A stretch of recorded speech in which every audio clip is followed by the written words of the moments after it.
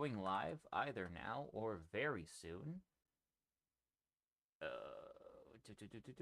Go to here, go to view my channel, open up, loading, and we are live.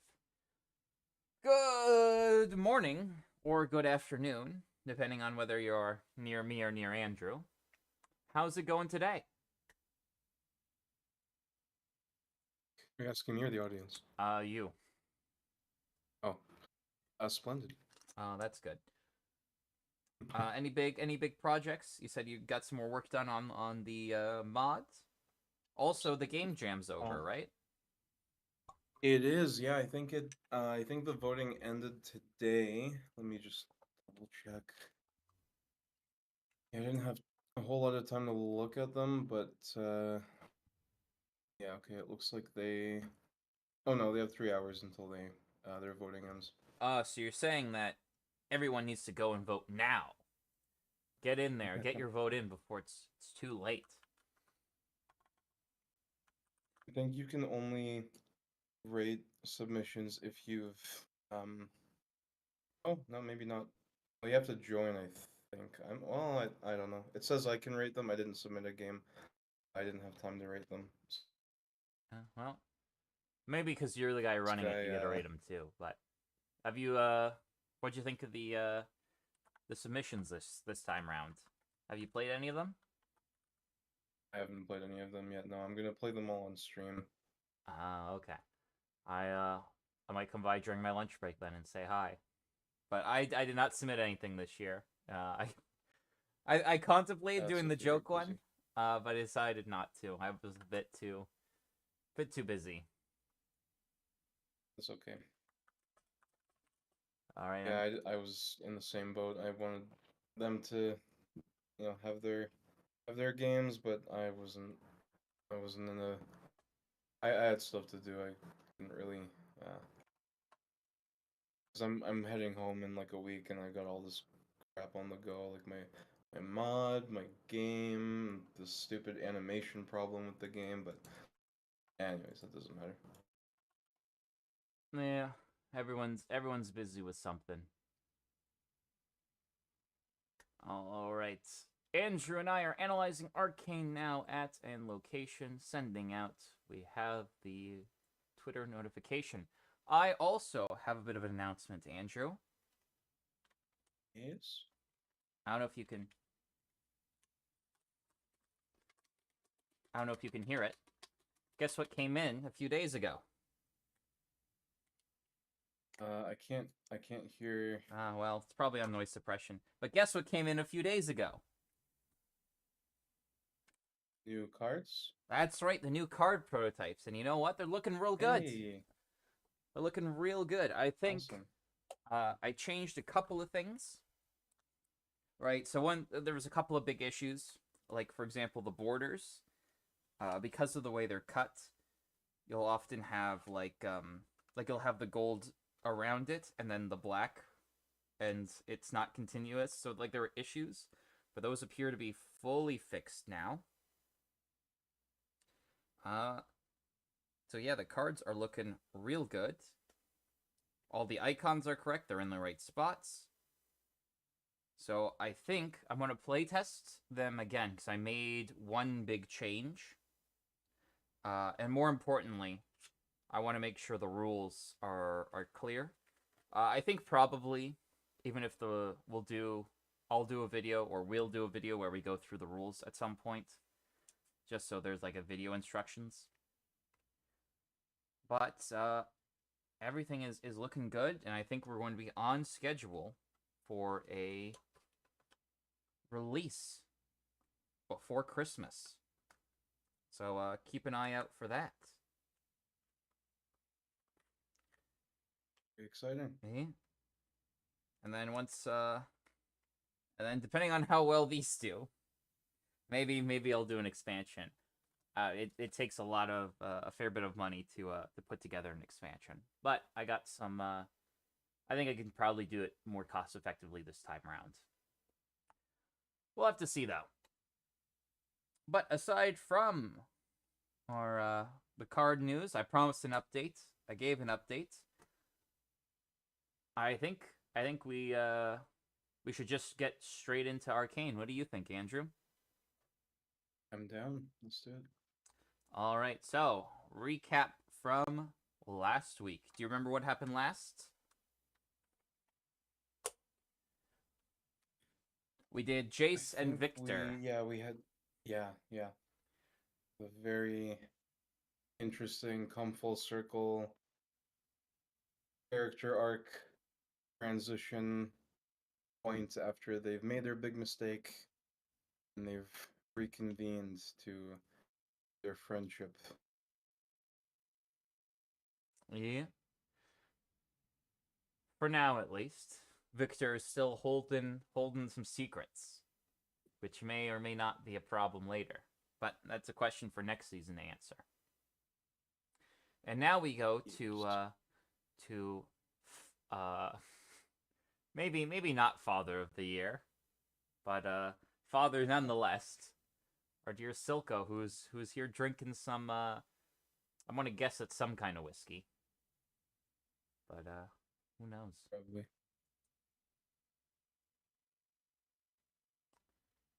And here we are.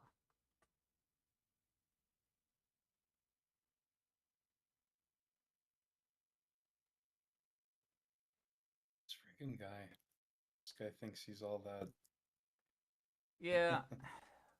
Here I See, like he's very well like animated and stuff. Like you just like it's like when you would say a performance is good, like the animation is very good. Like he's like walks in like he owns the place. He's kind of cringe.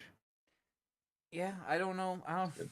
I think we talked a fair bit about like I think it really probably I think the two problems are some degree in the voice acting, but also a bit in the character design. Like Finn just to me sort of it doesn't feel very like he feels like a rich kid essentially. Yes. Yes. Yeah. Yeah. I think we pretty much like. I don't know if there's a lot to add about him than we covered in that one episode where we like had a whole big discussion on just like the portrayal of him and the voice versus the design and stuff like that. Yeah, the kill on the chest is given some Jared Leto vibes. Oh gosh. But yeah, and for like we're not expert character designers either, so it can be a bit. I'm not sure we have a huge amount of expertise here, but Mhm. I think we talked about some stuff we could have done to improve it. He kind of looks like he's a wannabe gangster as opposed to a gangster. There's something that feels a little inauthentic about him. Yeah.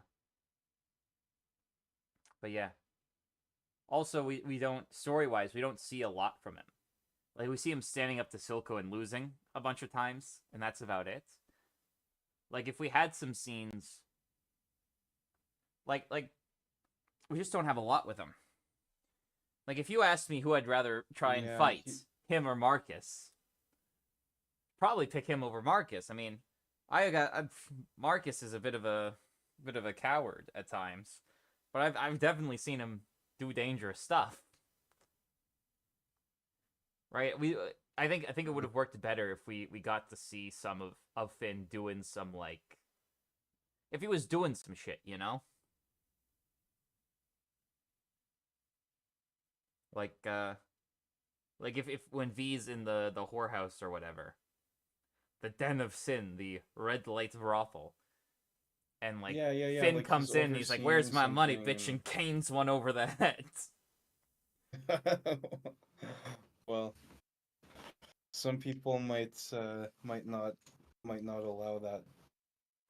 But it would show his like intimidation, his like brutality straight up. Like this man is gonna like. Well, I guess at the same time, it's like maybe it means that he's just the guy who beats up people that he's like much stronger than, and he doesn't like maybe that's the arc, right? Maybe it's like, is this guy really gonna like stand up to Silco? And maybe he also has pressure from other people. Maybe they're like, whisper, yeah, somebody should do something. Oh, but who's it gonna be? And then he ends up wanting to be the guy to do it, and maybe it's just because he's gonna gain more influence or something. You could have explored him a bit more, but Yeah.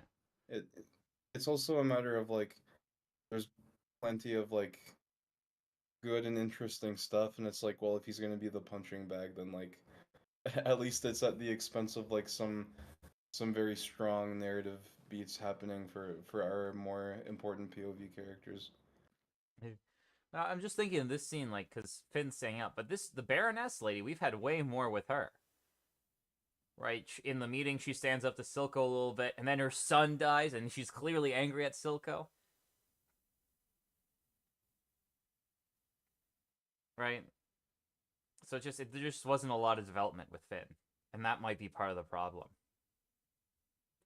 Right? Yeah. Because even with like the way even with our complaints about the voice acting, it could work really well if it's like a Jekyll and Hyde situation, where like most of the time he's like this sort of not super intimidating, and then like there's like these triggers that cause him to switch into this super violent kind of person. Mm. Yeah. Like Yep. Yep. unironically, I know what you mean. That'd be interesting. Jinx is kind of like this, right? There's these times where she's like this cute, innocent little powder, and then something flips, and she's just okay. Oh boy, it's mass killing time. Yo, what if he was like Tuco from Breaking Bad? It would have been a lot funnier. Just thinking the Better Call Saul clip is like one where they're negotiating over how many legs they'll break because they insulted his grandma. I still have to see Better Call Saul. I haven't watched it. I watched a few episodes of it. But Tuco is actually kind of right because when we first meet, well, Tuco is like in Breaking Bad. I feel like Tuco's always kind of intimidating, right? Because they go to him Yeah, as the but supplier, he's insanely intimidated and unhinged, right? and like the way that he talks is very like over the top and constantly like violent and stuff. But like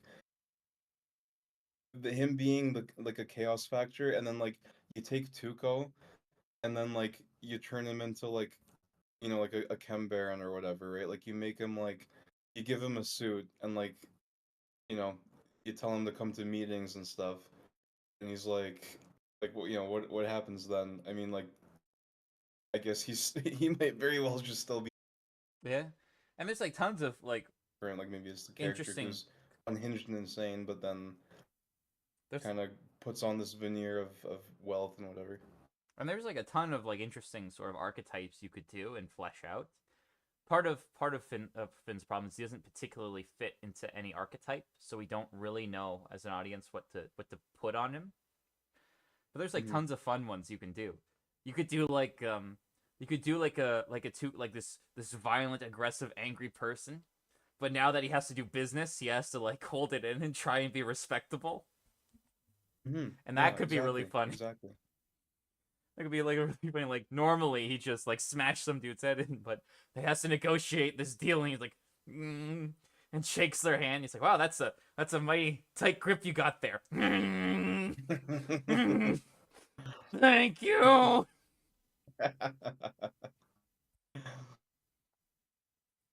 And then Definitely. you could and unironically, someone like that you could have like as a mirror foil to Silco. Like Silco is he's very sly, and that's how he becomes dangerous. Not necessarily through his own violence, but through his Yes, intelligence and but stability. now what happens when Silco has a bunch of these like brutes, right? These like straight up thugs that aren't like him. They're not the sneaky guy. They're the criminal of the Undercity. The guys that even Vander didn't want to hang out with. Right? But I'm saying it might be interesting as like a mirror reflection. So like Silco is a smart guy who's very good at masquerading himself, who is trying to be Yeah. who needs to be violent. So like he's not physically strong, and so he's not good at like physical stuff. So he uses his brains to sort of compensate. And on the other hand, you have like this guy who's like real strong and can bust people's heads in, but he's like terrible at all the sneaky stuff. And so they're both trying to do what the other one is good at while hiding the thing they're good at. And so there could be like an interesting mirror happening there. But yeah, there's like a lot of stuff you could do. And Finn just doesn't do a lot. So it's hard for the audience to really understand what he's doing. Mm-hmm.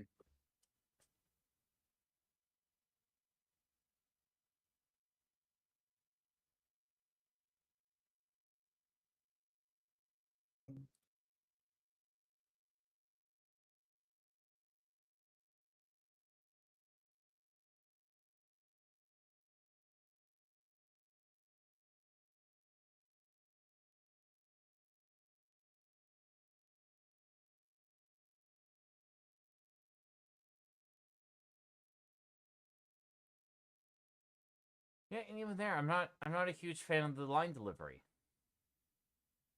No. I feel bad because we're just constantly shitting on this voice actor, and I assume he's not a bad guy, and he's trying his best and whatnot. We should have done a better job, Max. With our luck, he's going to be the only voice actor who sees this. She's going to leave. Oh no. You guys are so mean. But I don't. Maybe he has like a reason, but like the way the cadence, like there's something interesting with the with what he does with the whir, because he right. This should sound threatening and scary, whereas it almost feels like he's kind of just he's showed up and he's not sure whether he's doing the coup or not, or he doesn't really know what's going on. It's like the whole package you were, but time's left. I don't know if it's quite that, but it's just there's a level. The way the pauses are is it's just it pauses in a way that doesn't add stress to the right things, and I don't know why it's like this.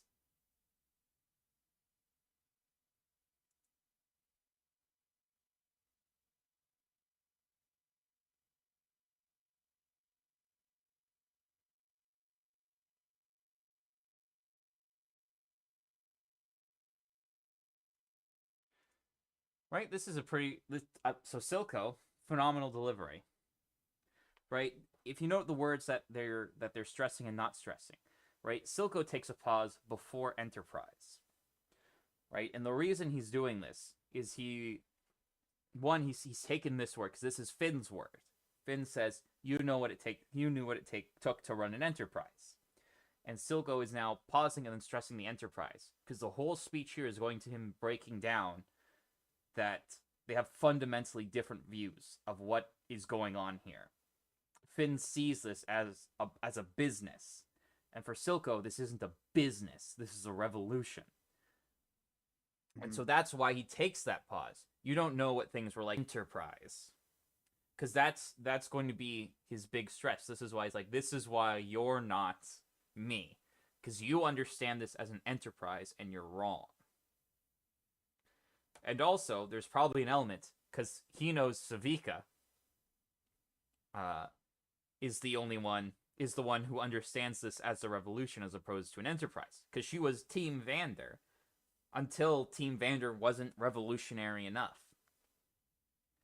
So he knows that she doesn't care about the Enterprise. The Baroness is just wants him dead because of what happened to her son, so he can't switch her. So really, this conversation is for Savika's benefit, and also him like because he's pissed off at Finn.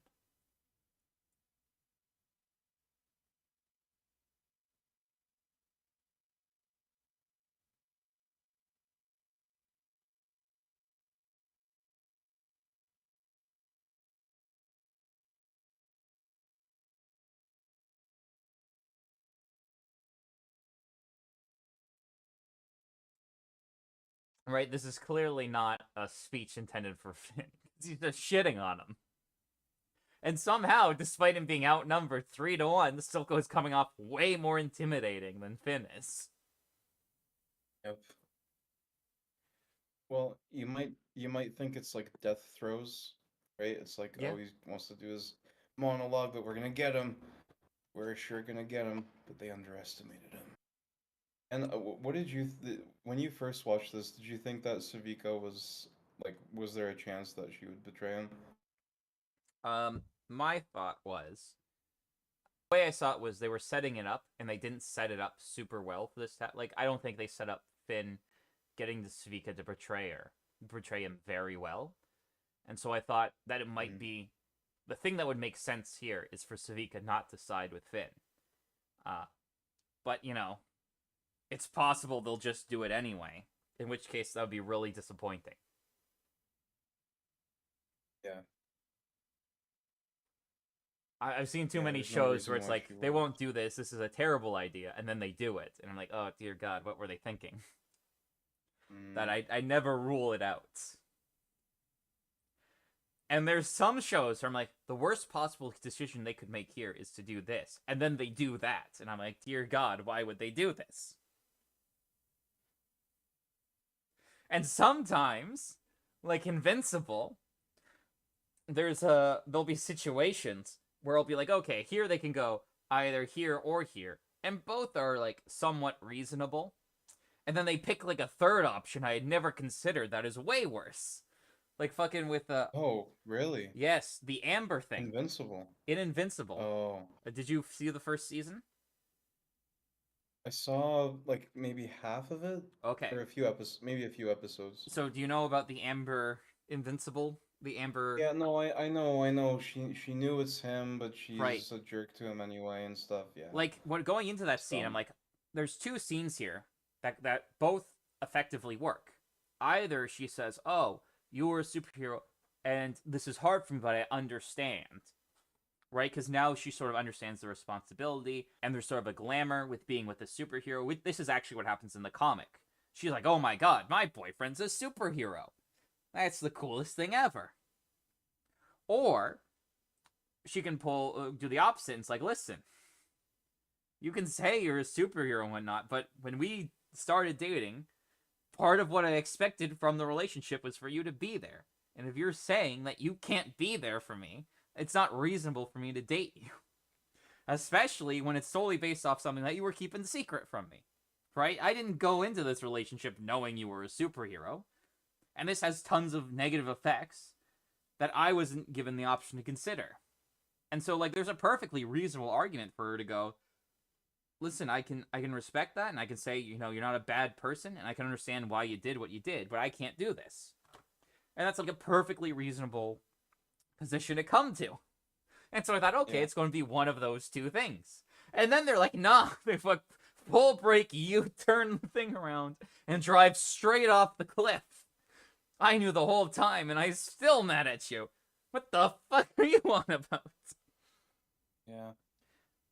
And then there's actually a Unique Namosaurus, which is a channel that's kind of interesting. That he does rewrites for stuff. So he'll criticize stuff and then he'll rewrite it to be better. And he made a Hmm. interesting counter version, which I thought was a lot better. That uses the same sort of tactic, where she knows the whole time, and she's still mad at him. And when he reveals, she explains that actually her dad was Deathwing, the guy Omni-Man kills at the beginning of the story. And she's actually mad at him because he's being way too fucking carefree about keeping his secret identity. And she points out Mm. times where I'm enough. And she's like, you should be way more looking like an asshole, running away from everything very clearly, screaming like a little girl so no one suspects you're invincible. You're putting yourself at risk, your secret identity, you're putting me at risk. And I thought that's actually a really interesting idea that I hadn't considered. Um, but yeah, for this scene in particular, I thought the smart writing decision, the good writing decision would be to have Silco win here. To be honest, I felt like this entire Finn plotline was not very good. Um, I think probably you could have taken the entire. I think you could have taken the Chem Baron stuff out and not lost much, at least as it relates to this season. You do need something that Silco was uh actively trying to do besides just um let's make sure passively that like my stuff is going okay with like upside and whatever. Like he's got to be actively pursuing something Well, he's been like for his agency, right? right, but the Chem Baron stuff has just been a distraction for Silco this entire time. His thing he's been doing is trying to get V and or Vi and Jinx, and then he gets pulled away from that by the Chem Baron stuff, right? But the whole thing he's worried about is the Jinx and Vi stuff. This is why the rebellion happens, because he doesn't give a shit about any of the Chem Baron stuff. He shows up and threatens them once. Finn tries to get Savik on side. Then there's this. There's basically 3 scenes with the Chem Barons.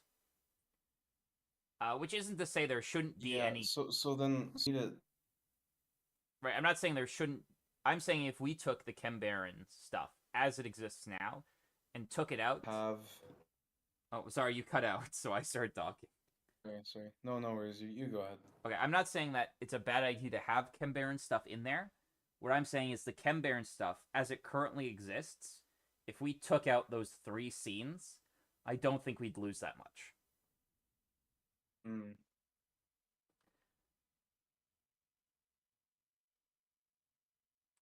I think you lose something that Silco has to contend with, but I think it is something that's very easy for him to contend with, and in that sense, yeah, it doesn't give us much because it's not really a challenge for Silco. It's like Grandmaster Magnus Carlsen has to play chess against me. Yes.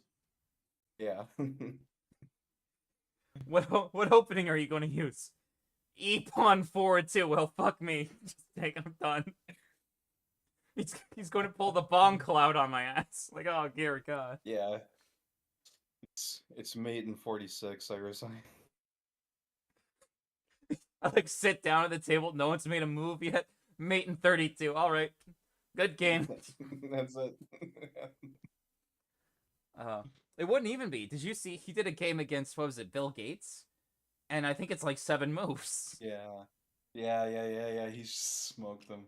I'm like, dear God. I'm going to sit down. He's going to say mate in 5. I'm like, okay. I believe you. How do you know it's mate in 5? Your first move's going to be E4. All right, thank you. Have a nice. I've done tons of prep. Oh yeah, what you prep? Oh, I prepped E4. I prepped D4. I prepped the English. Okay, cool. How many lines? Oh, I lose all of them. There's no way.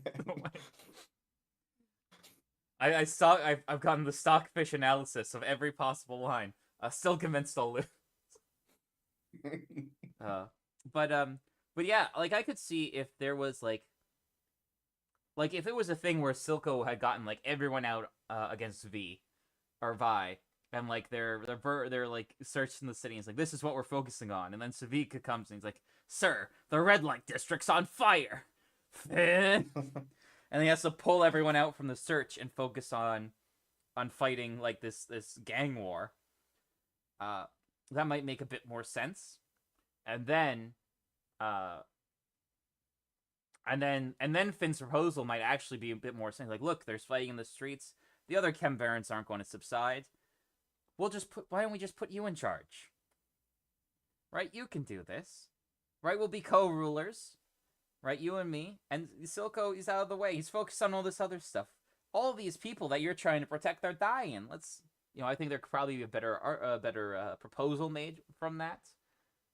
And then we could have a bunch of great villain scenes where Finn smashes some people, or Finn sets them on fire or some shit.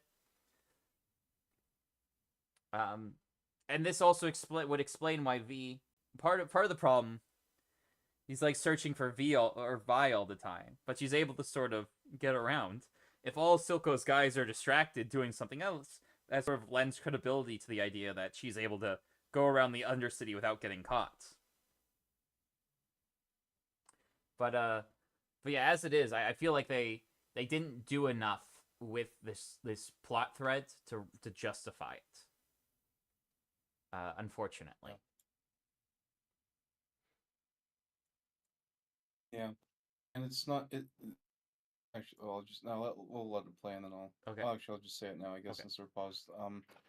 It was it's like it's well written enough where like the mistake isn't like it doesn't make sense, but more so it's just a little bit like weak, I guess. Like you could have filled in more rather than like it's a plot hole or it's a contrivance or something. It's like motivations make sense and everything. It's just like it could have been stronger as well. Yeah. It's not like incompetent or show ruining. Yes. But no, Yeah. nothing's perfect, and so this is just one of the weaker parts. And it may be the case Yeah. that originally they had plans to do more stuff, and there's just time constraints, and they're cutting. They're cutting as Yeah. they have to cut stuff. That could be. Right? Everyone likes the extended editions of Lord of the Rings better.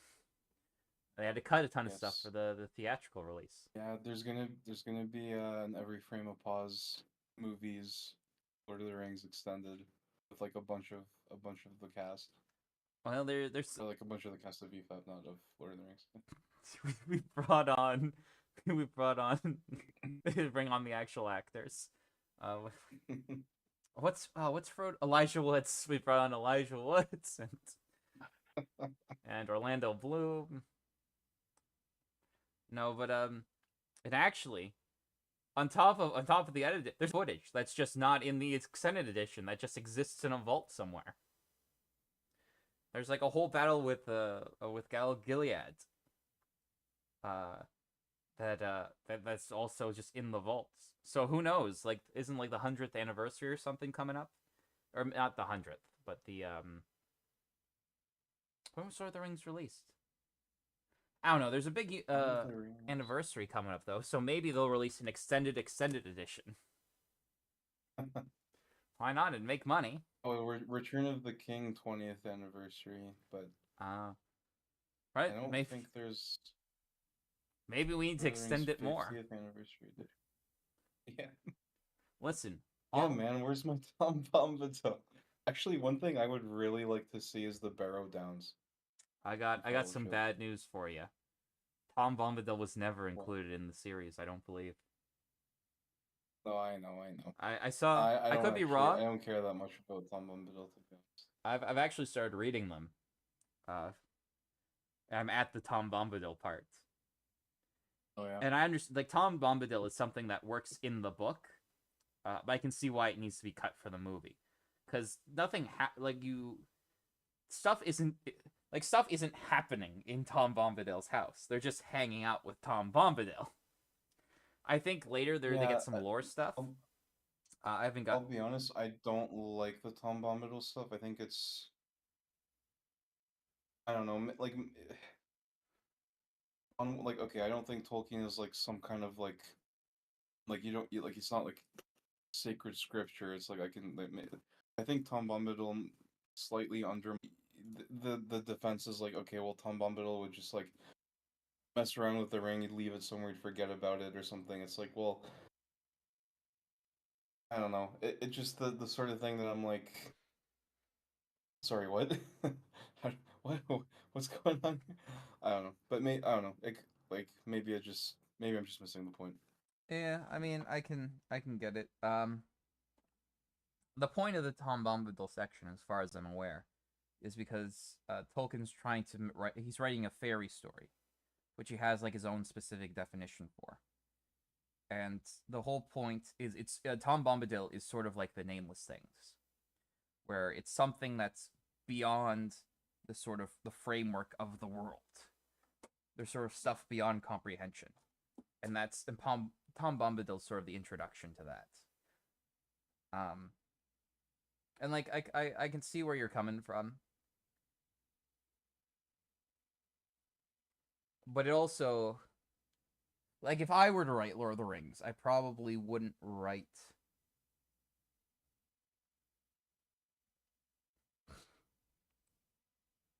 If I were to write it, I probably wouldn't do Tom Bombadil in the way Tolkien did Tom Bombadil.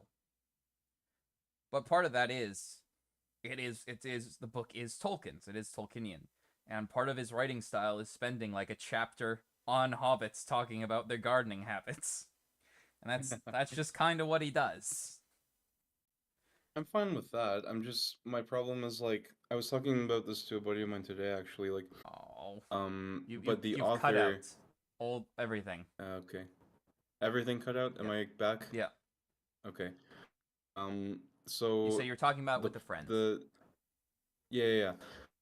Um you could have a bunch of people having different like theories and stuff about who is this person or whatever. Well, I think he's this, I think he's this. But they're all wrong and most people just have no idea. But the author needs to know. The author needs to have the answer, even though it never comes up. Like he needs to have the answer because its existence has implications for the world, right? Um, I'm not sure I agree. I think if you don't know the answer to anything, that's bad. But I'm not sure it's a big deal to have a couple of things that are sort of beyond conception. Right? Lovecraft is very much like this. Right? Like we have these sort of Lovecraftian creatures, but they exist in such a different sort of state that their sort of goals are meant to be a little incomprehensible to us because they're innately inhuman. And there's like a lot of sci-fi where they've sort of taken it. Lovecraft, Lovecraft, I think gets a bit overhyped in how different the motivations are. Um, but there's like a lot of sci-fi where it's like it's some alien creature and it does stuff, and we don't really understand why it does the things it does because the conception is innately inhuman. And so there's like an effort to write this sort of I character that functions on something that is innately incomprehensible to us.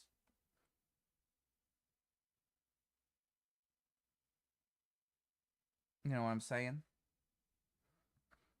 yeah, but I think if you as an author are like, okay, I'm gonna just have this because of like rule of cool or something, but you don't know why it's there, then it's like, okay, well, there's some cause that exists that generated this effect.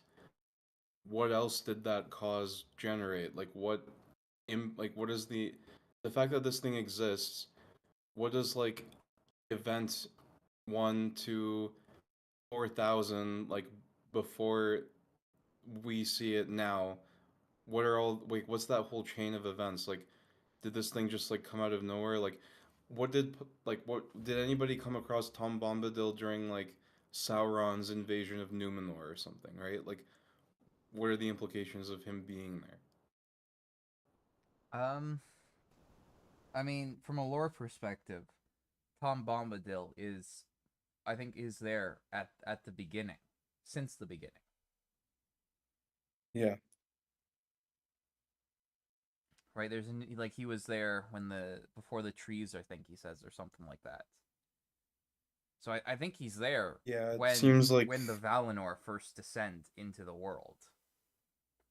Like my understanding is yeah. he's like the nameless things, or like Ungoliants. He's like this weird quirk of creation. We're not really sure where they're from. And Tolkien, I, I guess from a sort of political standpoint, is making this sort of definitionally important Like to that fairy like stories, and so that's why he includes them, because this sort of this unknown thing is a feature that he likes in these sorts of stories. mm, yeah, I don't know that that's tough for me. It's like it still has to like the existence of something unknown as it may be needs to um it needs to have consequences. It needs to be within the world and not just like I don't know, parallel to the world. And the fact that nameless things, you like not just Bumble, but like the evil nameless things exist. It's like, well, what does that mean?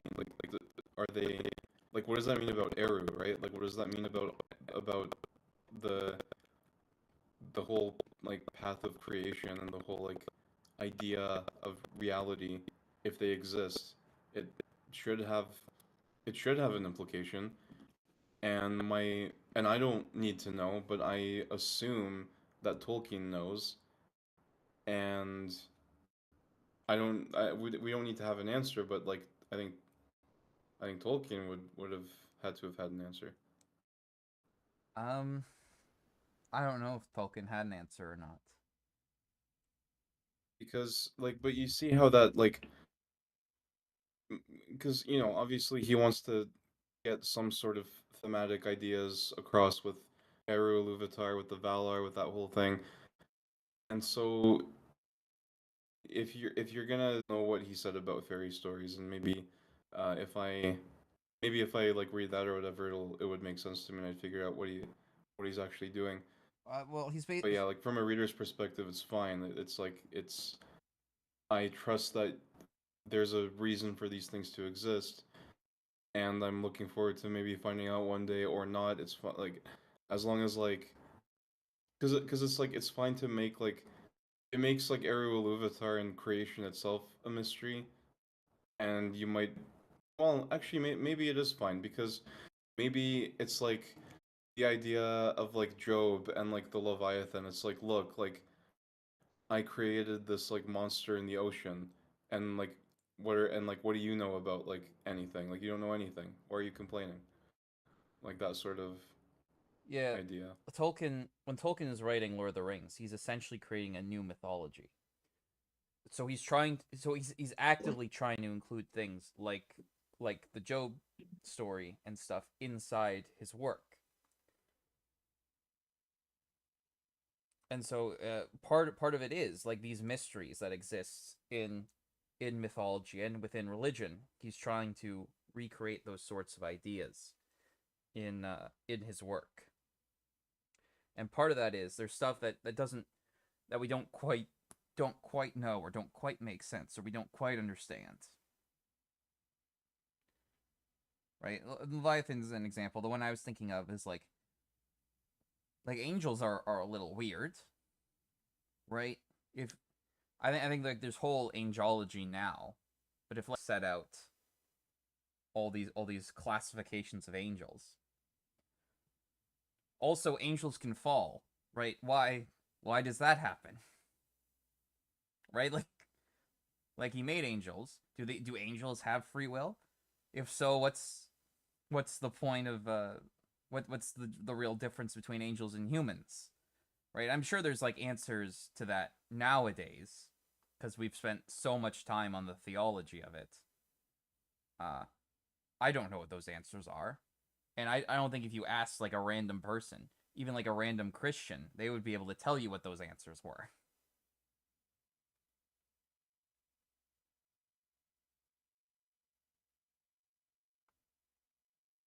And so I think he's trying Yeah. to replicate that. Whether he does a good job or not, it's probably going to depend on the individual things. I think Ungoliant is pretty cool.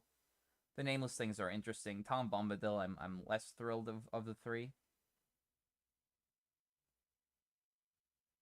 but but yeah, I like him in that order. I like Ungoliant the best, then the nameless things, then Tom Bombadil. Yeah. Actually, now I'm curious. Is That's there an answer to all those angel questions? yeah. Yeah, there is. All right, Um I'll ask you yeah, about it. like Oh, okay. We can do it now, or we yeah, can talk sure, about it sure. off stream because I don't know. Let's we can get into it later. All right, let's watch some more Silco then.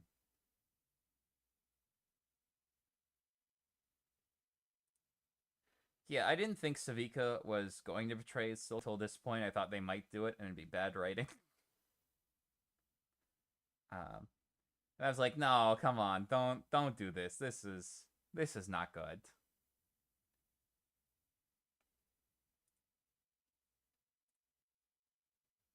I actually like this.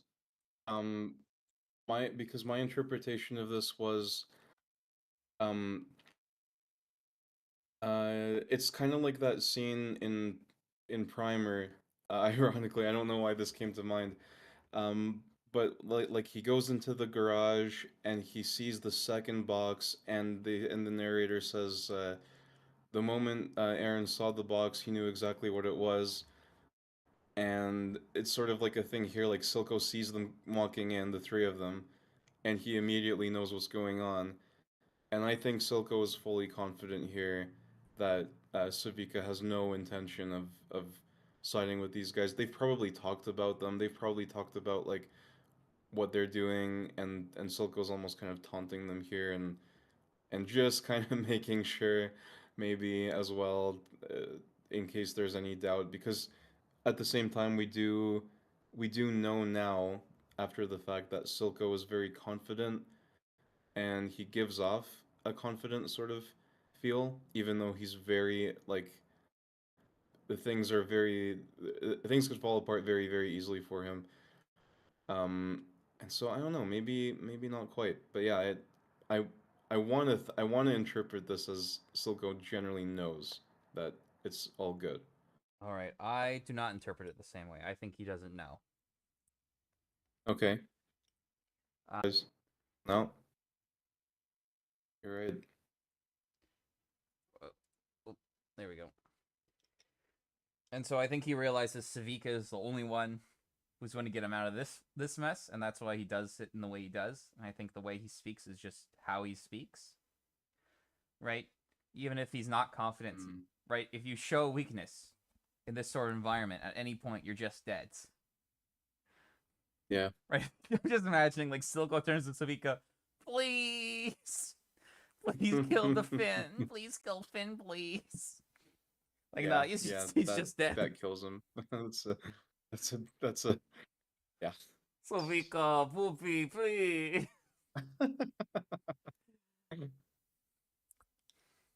Oh boy. So I think he's yeah. So he's like, listen, there's Savika. What do I know about Savika? Savika is all about the movement. She's on the rebellion. He's Enterprise. Make this the distinction. It's literally a campaign. My opponent says he cares about the revolution, but then why does he call it an enterprise? Paid for by the Silco for Baron Commission.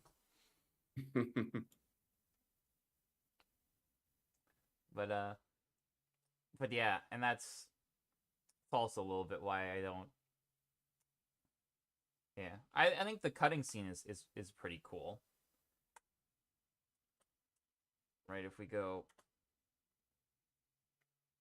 I like it sort of like the slow. Is oh she's probably cut Finn, and then we zoom in, the glass is cut, and Silco's alive.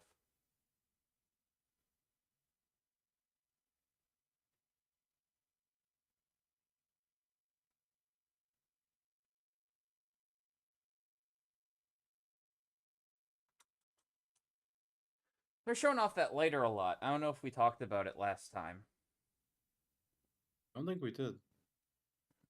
All right. Well, I mean, why do you think the lighter is so important? I don't know. I don't think it is. I think it would be if we had more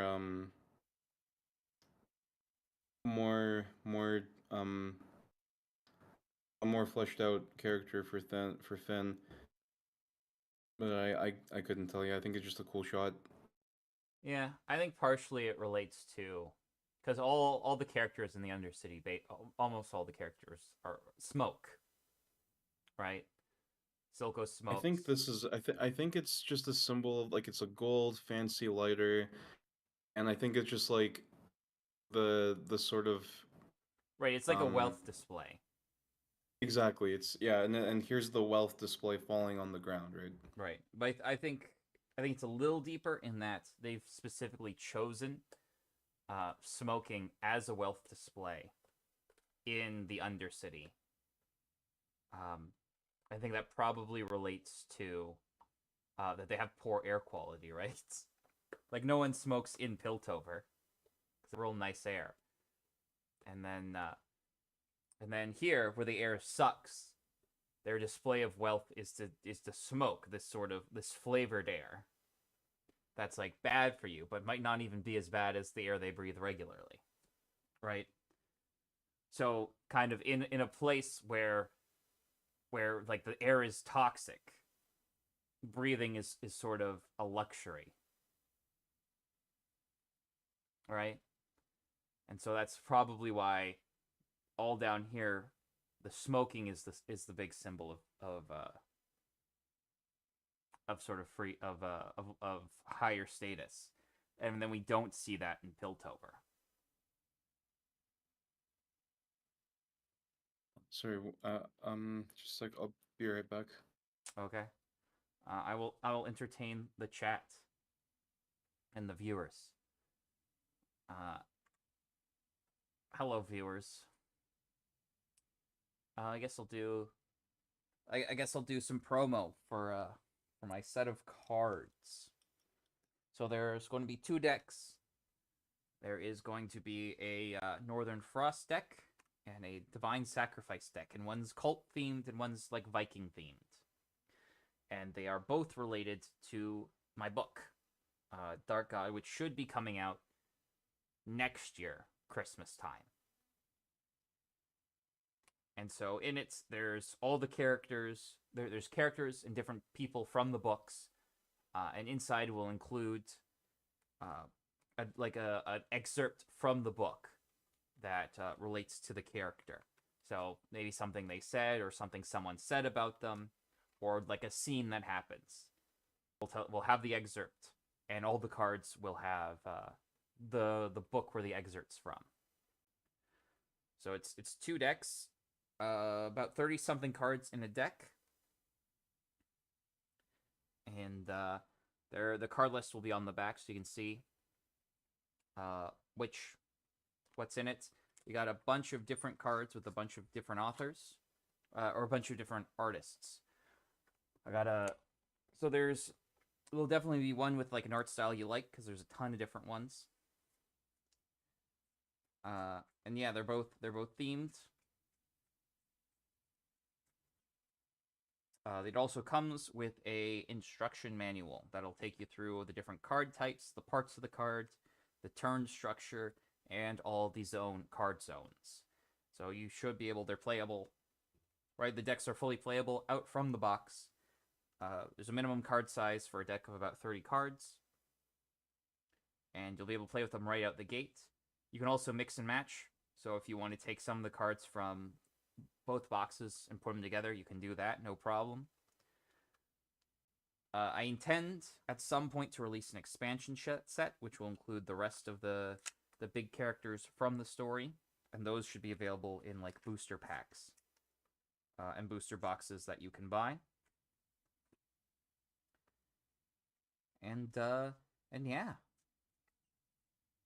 there's a bunch of really cool art I commissioned for it, and all the cards. One of the things I tried to do was make all the cards useful, because it feels like in a lot of card games, like in Yu-Gi-Oh, they'll release cards, and then all the cards that came previously get valuable in some way. So I tried to make them all valuable and useful in their own ways. So like even like the quote unquote trash tier cards have like effects that you can combine with other stuff to make them useful. So those will be out later this month, and I'm excited to share them with you. Andrew, are you back? Yes, I am. I was just shilling as a humble card merchant. All right, where were we on our show?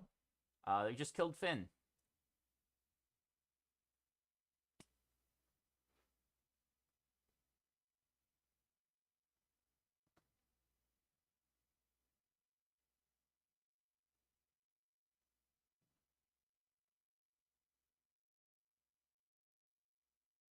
Based.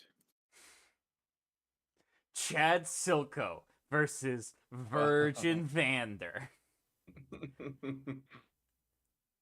When your subordinates act up, let them leave. Chad Silko, we're just gonna kill them.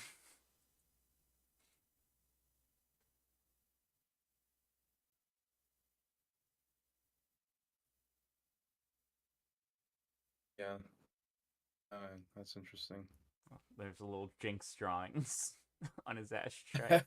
That's kind he just completely like Yeah, subordinate just kills the rival and casually just ashtray with like his kids drawing on it. Yeah. Listen, Silco may be a cutthroat gangster, but that doesn't mean he doesn't hang his kids' pictures on the fridge, okay? Yeah, absolutely. But there we go. There he is. What's he doing, Andrew? He's smoking. Hmm. Smoking a cigar. And they're going to light it with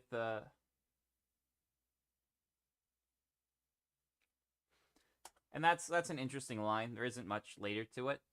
But he asks if you're tempted, she says, not for a worm like him, which is basically her saying, he didn't, but someone else might, so get your shit together. Yes.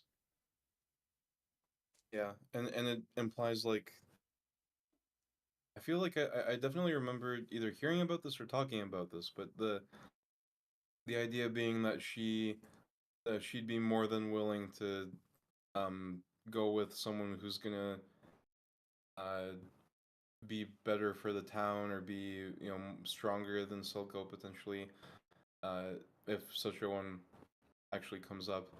But If like you said, he's for enterprise, she's for revolution, she cares about the and cause. that just isn't it. She's a Yep. true radical. And she's a ends justify the means kind of person, I think, too. But, Well, I mean, so is Ben, so is Silco. right. That's probably why they align a fair bit. Right? Hmm. That's why she betrayed Vander. Vander cared about the means. And it wasn't getting her Yeah. closer to the end goal. Yep.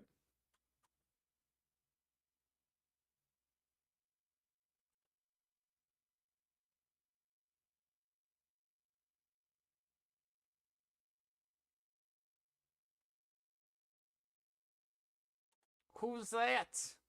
Who's that hammer?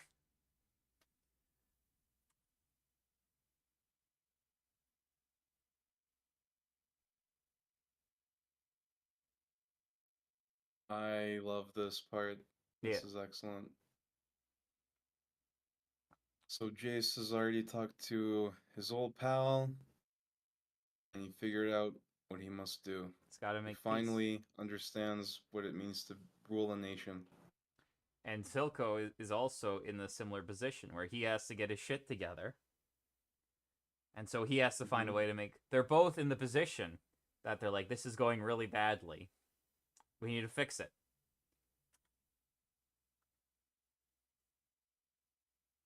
And this negotiation is one of. I agree. I think it's probably one of my favorite scenes.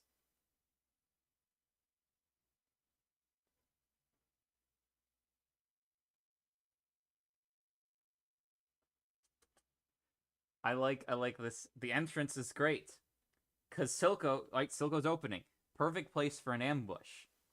Because on one hand, what he's saying there is, you could have all your fucking guards here ready to get me, and I showed up anyway because I don't care.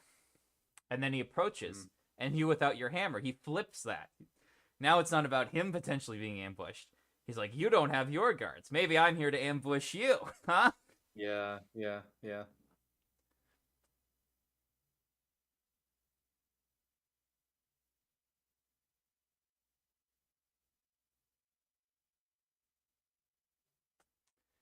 And Yeah, this and is it's interesting there that Jace doesn't even like for a moment contend with it. He's like, yeah, yeah, yeah, yeah, you're ambush, fine, okay, but come here. well, this is kind of how Jace has dealt with a lot of stuff up until this point, right? They had the scene with Vi, where she's like, you just lock him into prison, and he just moves on. And so it seems like he doesn't have anything. He just moves on, and this is sort of how he does things. But this line's a little weird, right? Because he's talking about the threats beyond our walls. At this point, because he hasn't agreed to separate them, he means like Zahn and Piltover, and he's talking about a third-party threat,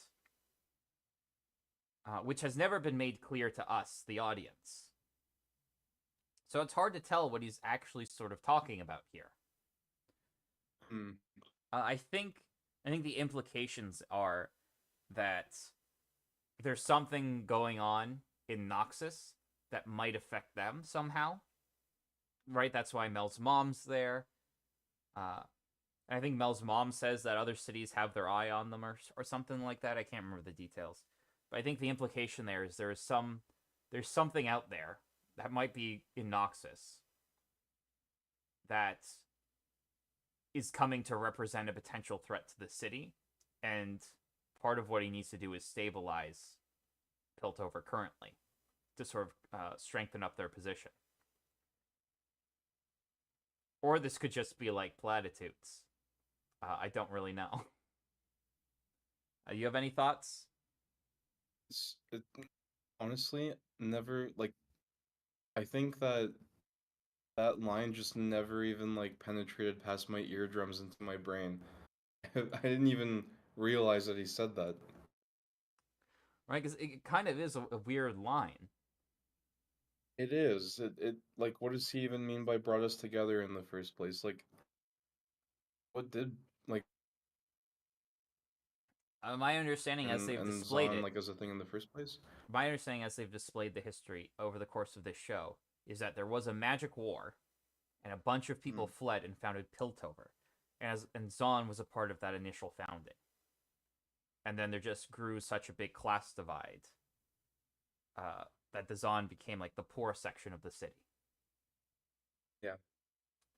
In the game, I think it's literally vertical. So Zahn is like literally right below Piltover. It's all continuous. And then the Okay. dividing line's like the actual ground. And so if you go underground, you're in the Undercity portion. If you go above ground, you're in the Piltover portion. But the geography is a little unclear in the show, so I don't really know what's going on. But he might be. So this is sort of why I think there might be some, because he's talking about the thing that brought us together was we were trying to stay away from this war, and now maybe because of the hex tech and the sort of recent rebellions, war might be coming to Piltover. And this might tie in a bit more with what Mel's mom's talking about, because she was talking about how war has already come. You've let the problems of your Undercity fester for too long. And so we sort of interpret that when we hear it as talking about war between Zahn and Piltover. But you might actually be talking about a third party that has not been made clear to us. We just don't know.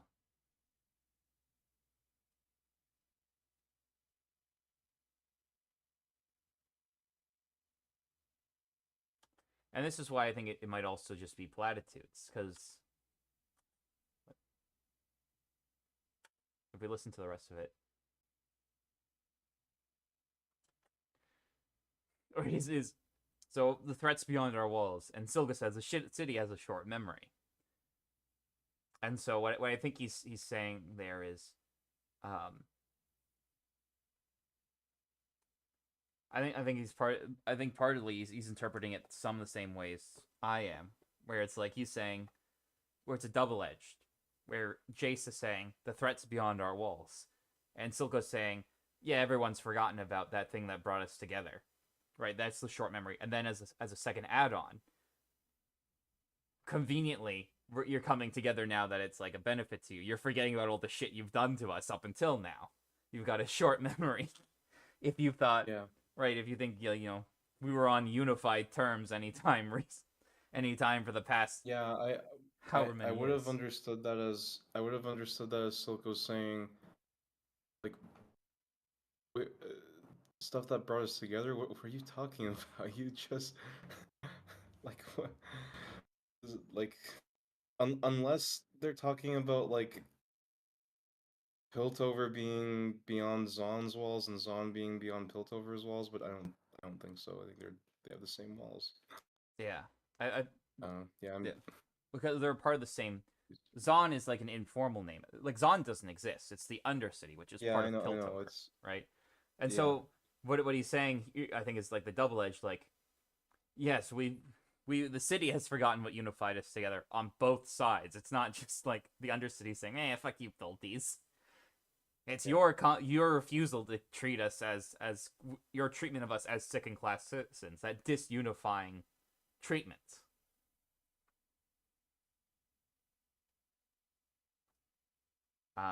And also, it's like I'm trying to harken back to this time, and Silco's saying no one remembers that. This does not pull on anyone's heartstrings. No one cares about these things. Mm.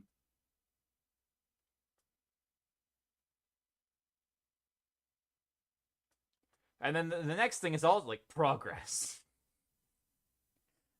Like literal buzzwords. And so this it might be that these are platitudes, and that's part of why is lines like that. And but you could also interpret it like Chase is saying, if we're at each other's throats, we won't make any progress. And Silco's saying, I'm not standing in the way. You just gotta. I'm trying as well to create a better world, right? Through his vision of Zon. So his version of progress is the independence of Zon. So he's not staying in the way of progress. And so he can't just, I'm trying to be progressive and you're not. Because Silco can do it. I'm the progressive and you're, right? It's the fucking Spider-Man theme, but they're all picture, but they're all progressives.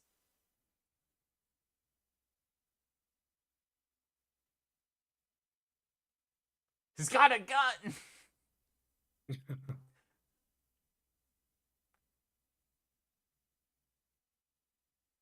This is the funny. He's like, I don't really want to touch or hand things to you. But it reminds me of the Indiana Jones scene where he pulls out this this rod, and then he puts it together and it turns into a coat hanger. Because you think it's like a torture device or whatever. But he goes into his jacket, like, what's he pulling out? And it's a piece of paper and goes, and like puts it on him. And it's like an interesting decision. I'm not sure why he does it in this way. Either it's like maybe it's a disgust to interacting with the Pilties. It could be like he doesn't feel. It could be like if he doesn't give the thing to Jace, he's not really making a deal with the Piltovers. He's just put acceptable terms near Jace, and Jace has accepted them. That might be what's happening, right? Some sort of cognitive thing. Well, yeah, it's just a gesture of like we're not equal here. Like he's constantly trying to have some sort of semblance of like, ah, yes, maybe I. Well, it kind of reminds me of the Prestige now, where Borden is like, oh, yeah, sure, I'm in chains here, but like maybe I've got another trick up my sleeve. You don't know. And then at the end, he dies, and he gets hung, and his last words are abracadabra, like freaking out all the prison guards, and also the audience, because now all of a sudden you see, oh my gosh, what is this Borden? He's alive. How?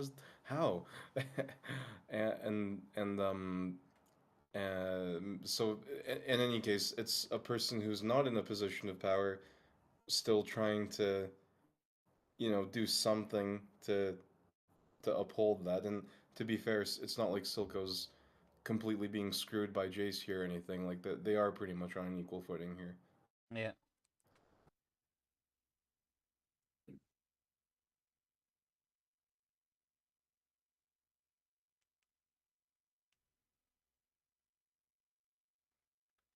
I like as he's reading these like absurd demands, and you can see Silco smirking a little bit.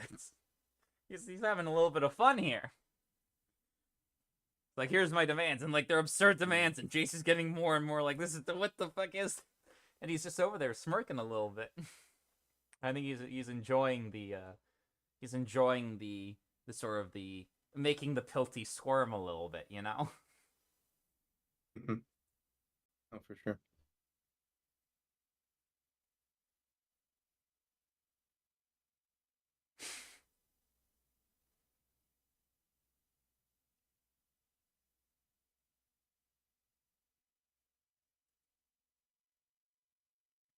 And so now comes the sort of the Silco style manipulation. He's calling. He's saying, "I've been doing this a lot longer than you. I know what's going on here. You don't, and I'm calling your bluff. You ain't pulling a stunt like that again." And he's right. Jace is not going to pull a stunt like that.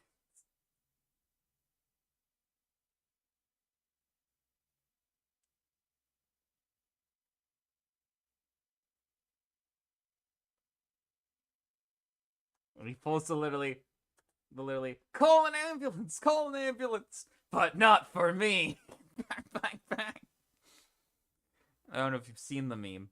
Yeah, no, I've seen the meme. Right. I love that because it's like Silco is very much like you're kidding me. Like you stomped on my plant and now you want to talk. Like you Oh, you've. you're spooked, right? And then Jace immediately turns that around and says like, "Yeah, like I don't want to fight because we're gonna freaking kill all of you. We don't want to do that." Like, and literally, like he wants to avoid war now. That's basically what he wants to do, Yeah. right? Wants to avoid an all-out assault. Wants to avoid annihilating their entire town or part of the town, whatever it is. Yeah. And this is not a. And what's great about that is it's not something that would ever occur to Silco. Yes. If Silco had the button destroy all the Pilthies, it's literally you have two buttons. If you press the first one, you destroy all the Pilthies. I didn't even read the second one. Nope, don't eat it. First one, please. I would like to genocide the Pilthies, please. If you take the red pill, you kill all the Pilthies. But if don't eat, I didn't explain the second one. Just nope, kill all the Pilthies. We're good. But the second one would have don't care. Don't care. Does the second one kill all the Pilthies? No, then why do I care? You would have had your nation, but how to keep them alive? Things. And he's turned it into his strength. Like, I don't want to do this because of what we'll do to you. And to be fair, like, Jace showed up with his Hextech hammer, and it's had all Silco's shimmer guards. And he won. He won that fight. So we'll have to see.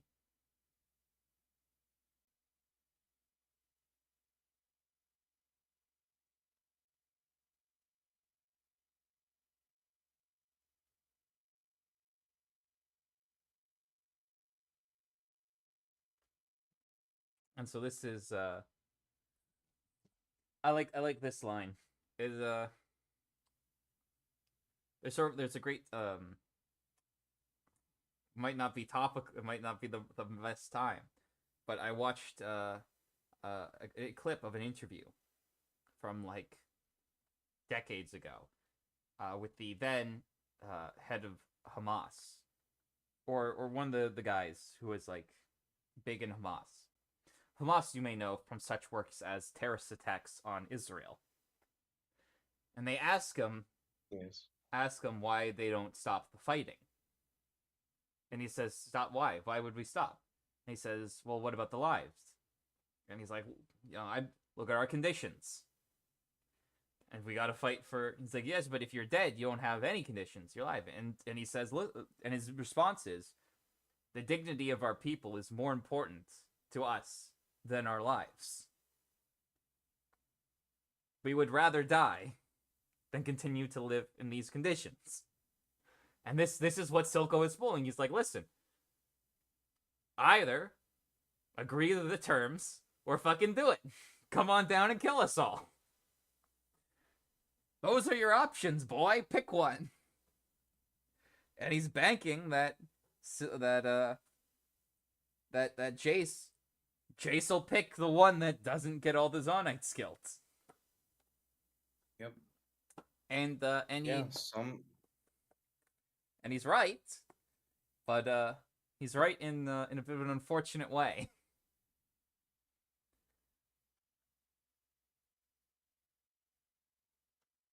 Right, and this is the line that makes me say that there's about like a couple facilities, because he says you'll discontinue the production of shimmer, and he says half there already.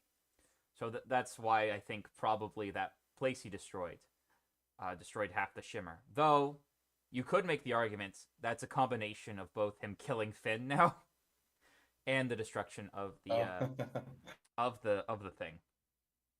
So we would have to see, but That's why I said earlier I thought that it was responsible for about half the shimmer. Yeah.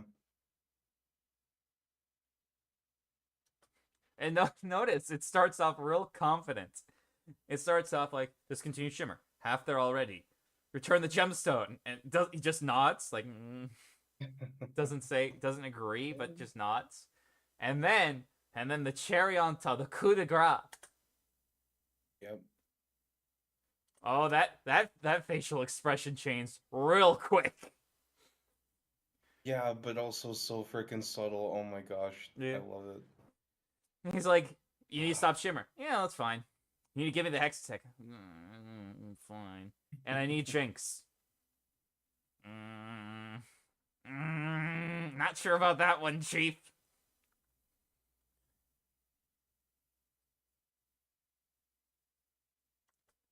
Right, and then what's this? Silco's defending her, and he's pulling the right because one of the things he asked for is general amnesty. He's like, she's working for me. They're not her crimes. I ordered them, and Jace does not care.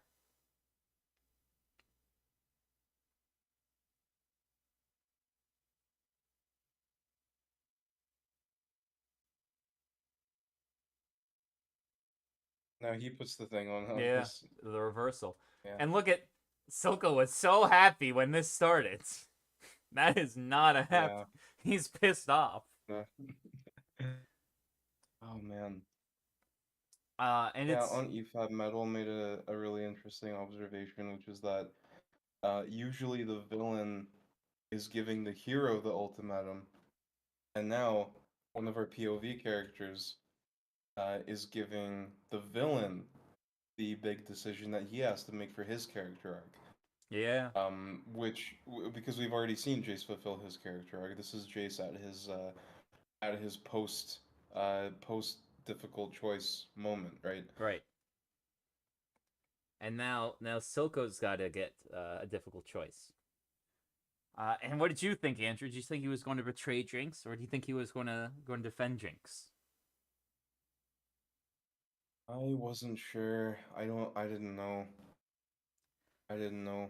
Like the last we saw of Jinx was that she was very much doing her own thing. She just got to Caitlyn, and I just had no idea what to expect, to be honest. Cause even if you wanted to deliver Jinx to, not like he knows where she is. Yeah, I thought there were two routes the story might go down, and one is he betrays Jinx, and that's what causes her to team up with Vi, and then that's how they resolve the story. And I thought that'd be a real. I thought it would work, but it'd be a way less interesting story, and it would Mhm. suck. I thought, and so I was hoping he would defend it. But part of the problem is Silco's whole worldview is that he's willing to sacrifice anything and everything, including the people he loves, for Zon.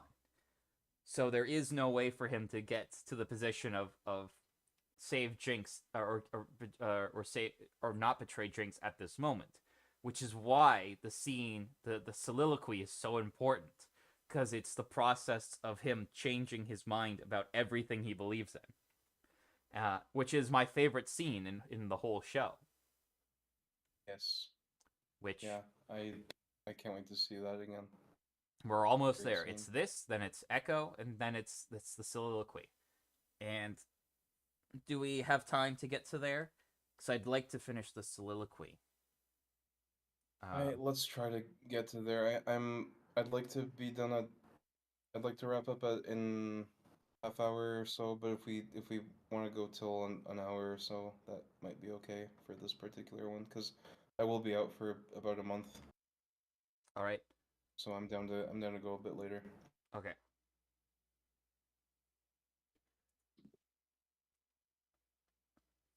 And also, I really like this whole episode.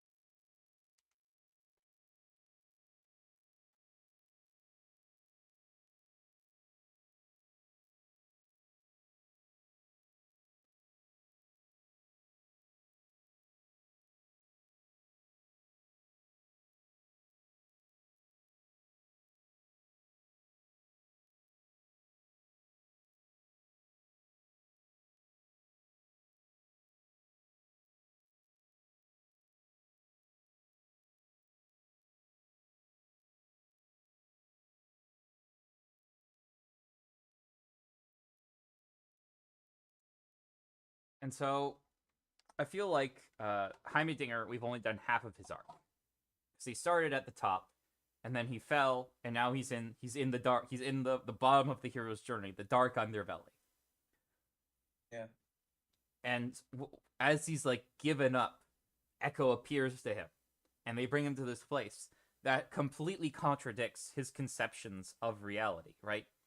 Like Heimerdinger is very much slow and steady. Progress wins the race, and he comes here, and they've just built like the underground is this horrible place. It's so bad that Heimerdinger can't figure out himself how to fix it and gives up. And then he shows up and finds that Echo, in like a very small amount of time, especially for someone like him who's immortal, has found a way to at least fix a small section of the Undercity, so that it's this beautiful, thriving community, lush with this massive tree and whatnot. And Heimerdinger's like, how do you do it? This the existence of this place contradicts his entire philosophy. And we know he's wrong. And the whole the big arcs of like all these big Piltover characters is, how do we do the right thing? Like Jace is trying to do the right thing, Heimerdinger's trying to do the right thing, Victor's trying to do the right thing, and they're all failing. And so Echo, as sort of Jace and Victor sort of represented opposites in some ways, and Jace and Heimerdinger represents opposites. I think Echo and Heimerdinger represents opposites in a more complementary way. And so I think that's why he has to end up here in the story, so that he can move on from this slow, steady progress, and can find the reasonable middle ground. Yeah, for sure. For sure. It's completely against his conception of, well, I don't know if progress is the word that they use for it, but I guess like the development of technology and to what purpose it truly is, right? Like if you bog things down, and actually I appreciate this quite a bit, because um a lot of things are very blocked off because of all sorts of insurance and safety and stuff, to the point where it's like insane. Like at the Oh, you cut it's out like at a the blocked manufacturing off to plant. the point that it's insane. Okay, am I back? Yep. Okay, so yeah, at the place where I used to work, I it was a manufacturing plant. I was doing programming, but they would be building in like a factory situation, like doors and windows, and um, it got to the point where like you had to start wearing gloves because like someone like accidentally like cut himself a little bit or something, um, and the gloves were really annoying for them, and like before I had gotten there, so this was already a thing when I was there. They introduced like sleeves that were supposed to be cut resistant, and it was like to a point where it was detrimental to people and annoying to people. And people generally understood it as like, okay, they're doing this because like the safety people need something to do. That's the only reason why they're implementing this stuff. Like, it's really complete nonsense at this point. Um, and like, or I don't know. Say you want to like build something in your backyard, right? You can't just build it. You have to like go and get permits for it, and I don't know if I'm guessing that costs money, and stuff like that. So it's like there's so many barriers to people just like making good, useful stuff and interesting stuff, and like Echo said, more than just to survive, but also just to live and enjoy it. Yeah. And then I think they do a good job with the duality, right? This is really the big problem with Heimerdinger, is that by the time you're ready to do something, it's the I can't. We're going to form a commission for the formation of the commission to appoint a an inquirer to make recommendations to be put before a committee to analyze the problem. Yeah. And you're just sitting there like, Exactly. just fix whatever it is. Just send someone down and fix it, dear God. And then you have people like Singed, who sort of represents the other unfettered, unregulated, no rules, just do whatever you want. And he does horrific things. And so there's got to be some middle ground. And I think what Echo is sort of trying to, his position is representing is the middle ground is we try to do what's best for the community. And that's sort of, I think that's sort of the position he's representing. So they'll cut some things. Like they'll put up regulations. I'm sure they wouldn't put up shoddy craftsmanship, but not so bad that no one can't do anything. But then the problem becomes where is that line? And I think that's what we saw with sort of Victor and Jace, and the whole thing around Hextech was where is that line, right? Because if you're too careful, you roll out the life-saving treatment 80 years after the disease starts, and it's like, that's not really going to help. But if you're too quick, you end up like Victor, and you get innocent people killed. So I think probably the arc going forward for Heimerdinger is going to be learning that safety and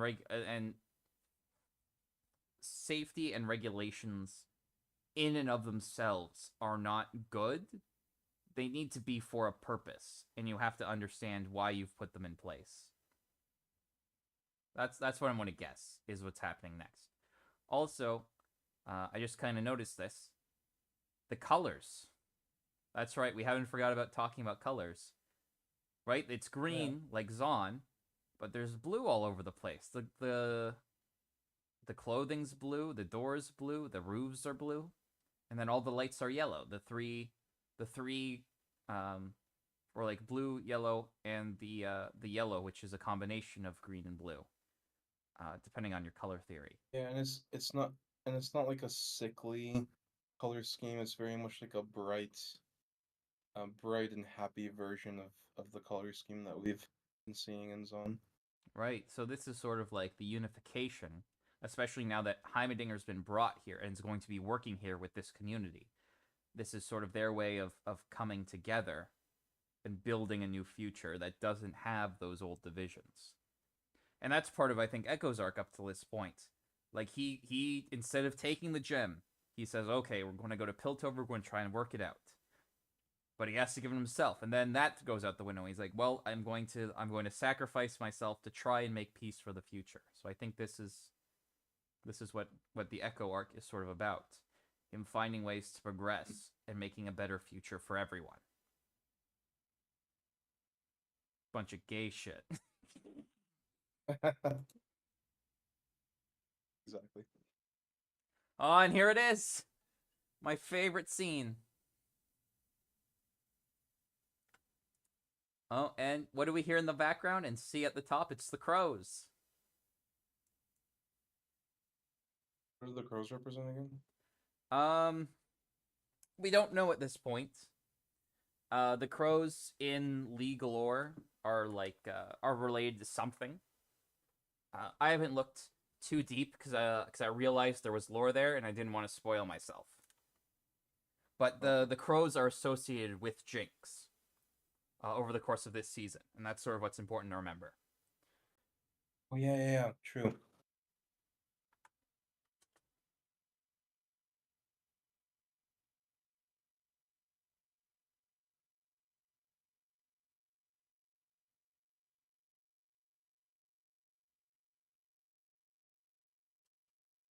And I love the framing of everything.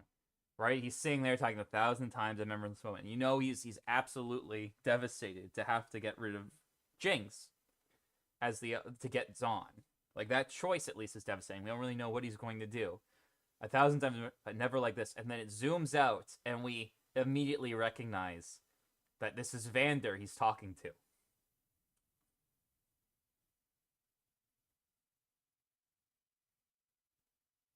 love that. Oh man, It's what so a good. callback.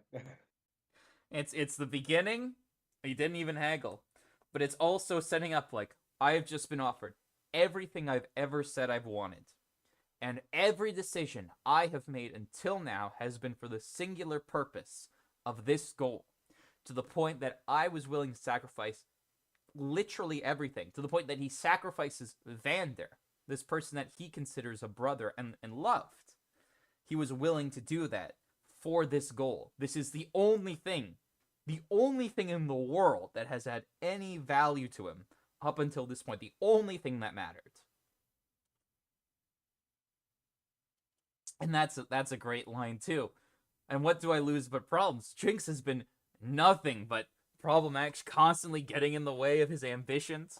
This is, by every possible metric that Silco has ever judged anything, a fantastic deal. Right? He's sacrificed tons of his guys before, right? Like the big dude is in prison right now because they left him behind. Because they didn't, because it benefited them to do so. There is no logically sound, consistent reason based off of Silco's worldview that would say this is anything other than a fantastic deal for him. But he's still here, and it sucks. And this is him grappling with why that is. Yeah.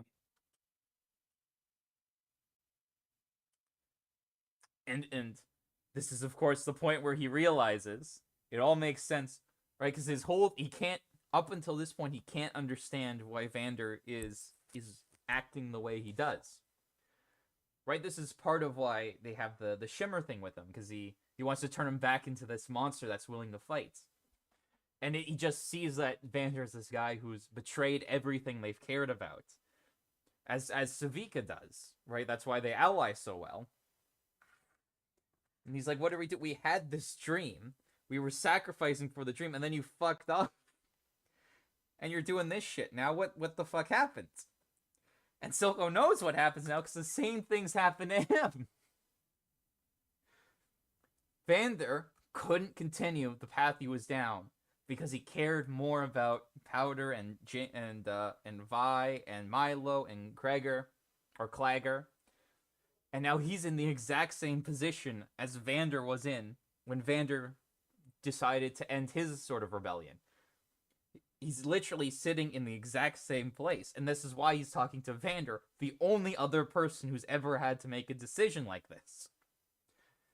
And so the question becomes whether Silco is going to stay true to his ideals, or he's going to betray those ideals like Vander did. And abandon his life's work.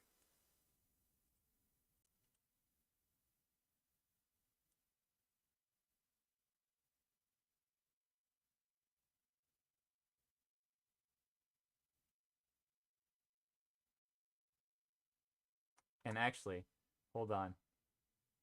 Oh, wait. I want to take one. And so now he has this understanding of why he's acting the way. And now he has to figure out what he's going to do, what of the two he's going to do. And if we zoom in on both, I believe, the statue. Right? And I think the fact that he's built a statue of Vander after he's died indicates how high of a regard Silco had him in. Yeah. But notice the graffiti. Well, is he actually his brother, or is he calling him his brother? I don't think they're like blood brothers, but they're like they have a bond of brotherhood. Gotcha.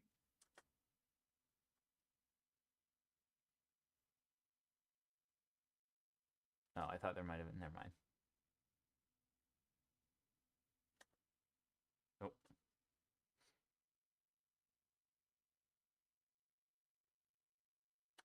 And that's my favorite line, and I feel like it's the one that a lot of people misinterpret what he's saying.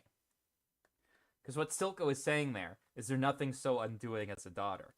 Is that up until this point, right? This is who Silco has been.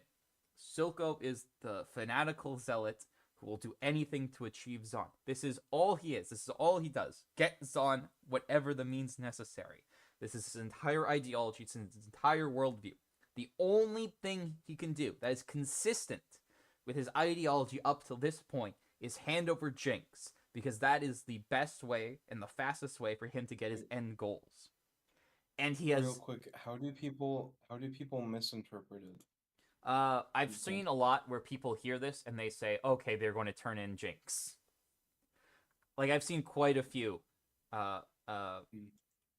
I watched a bunch of. I've seen a lot of people react to this, and a lot of the times, like, they think Silco is turning her in, Oh, I see.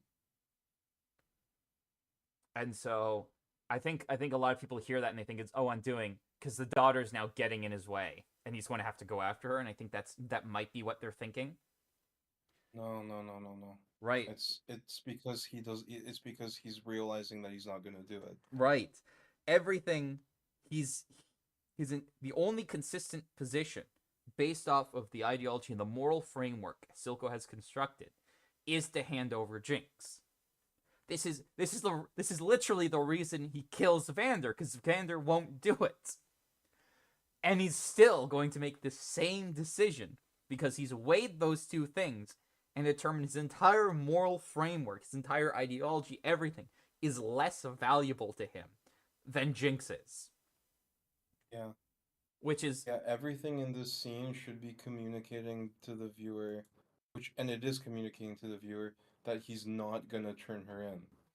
yeah, I think people just have, I think a lot of people don't do active listening or active, Yeah, the equivalent. And so yeah. they're Well, just even not, me, like I complete like that line that Jace said, even just now, it completely like went over my head that he said, whatever beyond our walls and stuff. I was yeah. like, oh yeah, he did say that. What does that mean? I think there's a couple of other things. Like, by this point, most people sort of don't like Silco, and so they view him in the most negative light. And then immediately, Jinx is going to interpret Silco as betraying her. Uh, but Jinx gets a pass because she's fucking insane. She's just unhinged.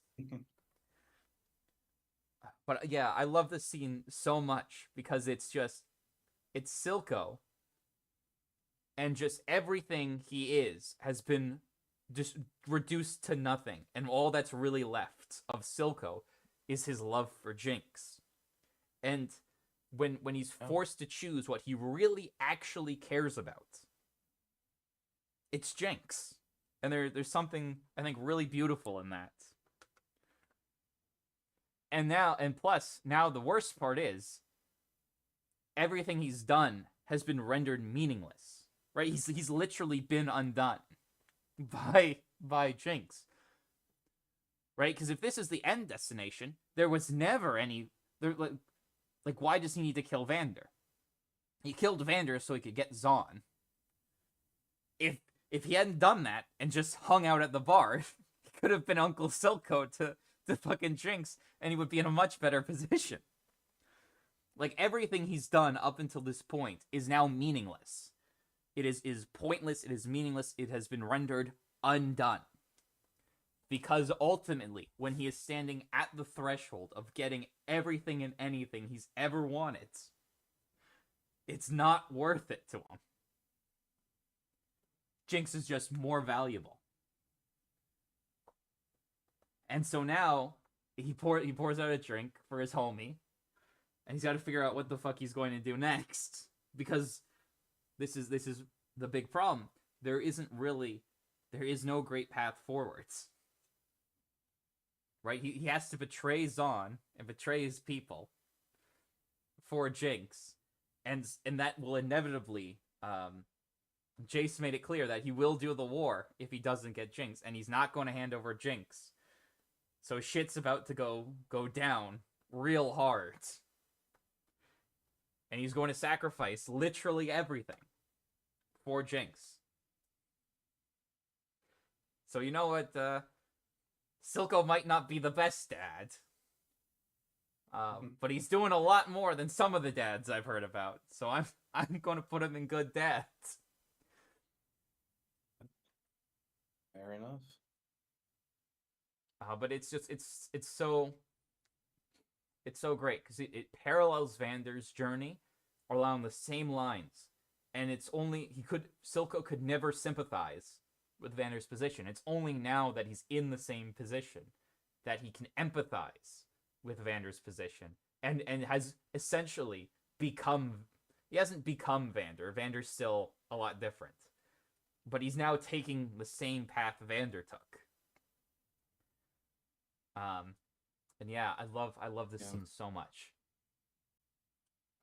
And then while he's doing this, listening behind the statue. Yeah, the other listener who didn't interpret the line correctly. Yeah, but she's like fucking high as shit. Yeah. And actually crazy. And she's predisposed to like paranoid sort of delusions about how family members are treating her. Right? Yeah, and there's no possible way, like even if like imagine Silco like saw her and talked to her, like there's no reasoning. Well, I mean Silco seems to be able to reason with Jinx, Yeah. but But it's it's like what there's no way that she would like parse parse actually what he's saying. Like she's just there's no convincing her that that's not what he's gonna do. yeah, what's that horror game that came out recently? The Coffin of Andy and Lily has like a similar thing where the girl character Lily, it doesn't matter what Andy does, she still doesn't. You don't love me. You still hate me. No matter what he does, he can't just convince her to be chill. But yeah, and that's ultimately why she has the tea party. We'll talk about it when we get there. Do we want to do this scene or do we want to call it quits? The Vi versus Savika. Vi fights Savika, right? Yes, Savika versus Vi. Do we want to do this one or do we want to do it next time?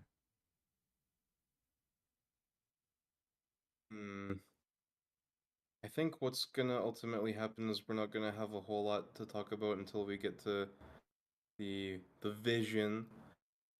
So maybe we can get away with doing this scene. And then I'll just say we'll talk about it again when we get there. But this is why the tea party happens in the way it does. Jinx can't like through words. She can't figure out if these people care about her or not. So she does the only thing she can think. Well, I care about these people. That's why I kill the people that they don't like.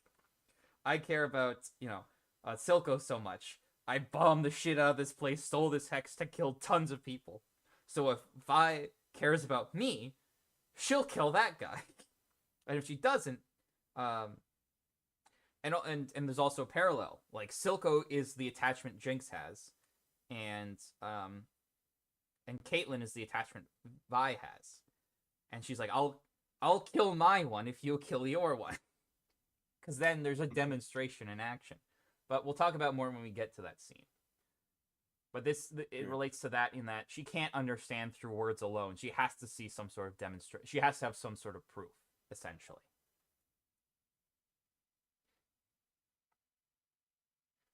Oh, and I might as well bring up the lyrics for the song. Quick, distract the audience while I look up the lyrics. Oh, look, they're playing Max's card game. That you can buy coming this Christmas.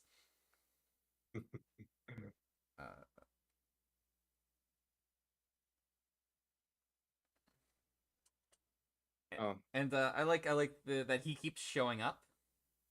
I believe it's the same guy as the is it supposed to be Decker or is that supposed to be a different guy? Because I always interpreted it. Decker. Okay, because I always thought that was Decker, and what we're seeing now, since he was like the beta tester, is sort of what's left of him after all these drug-induced years and the fucking how the shimmer has changed him over time. Wait, which one do you think is Decker? The guy sitting or the guy jumping on him? The guy jumping on him. No, I don't think it's Decker. Doesn't look like Decker. Alright. Well, I mean, I could be wrong. I was never sure, but I always thought it was that was him like years later. Actually, can we just look it up? Arcane Decker. Oh, it's Deckard. Oh yeah.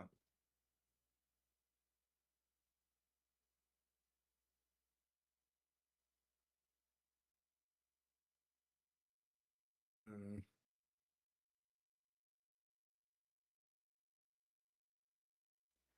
Um, It doesn't look like him. Like the wiki it doesn't look like says what he would look like older. the wiki says that he survives episode 1 but doesn't show up in any other episodes. Episode 3. Oh, actually now I'm confused. The Arcane wiki is unclear.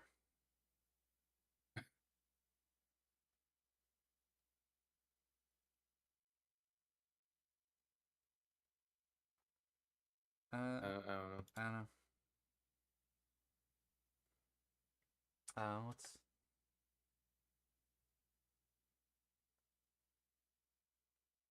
They don't have any voice lines, so it's hard to tell.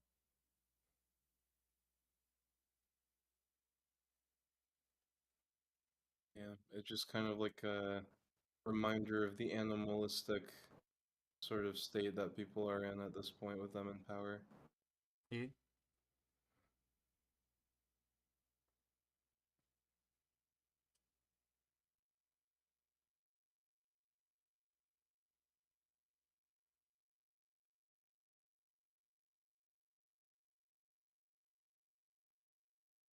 Oh, she killed the Shimmer people out front. well, I mean, maybe she just ripped off the helmets and knocked them out. We don't really know. Well, either way, she defeated them. Yeah, she dispatched them.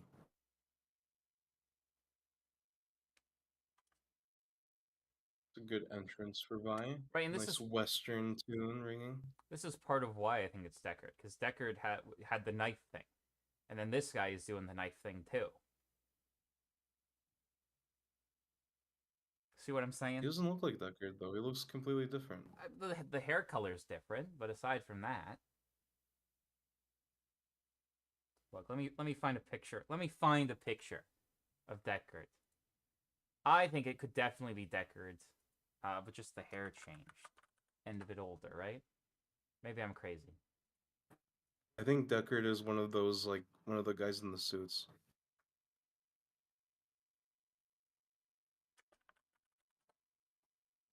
That's kind of interesting.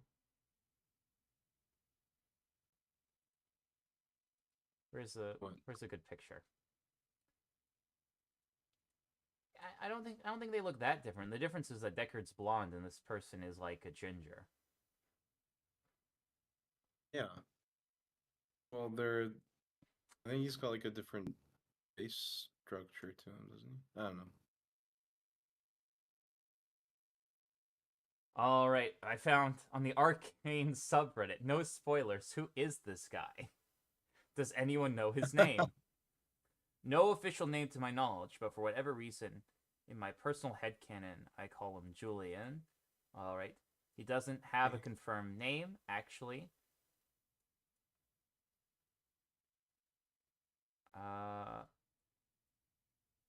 Wait. Right, and here I see another. I thought he was Deckard, with his brain completely scrambled after years of shimmer. And someone says Vander literally snapped his neck, and another guy says, "Nah, they're two different people."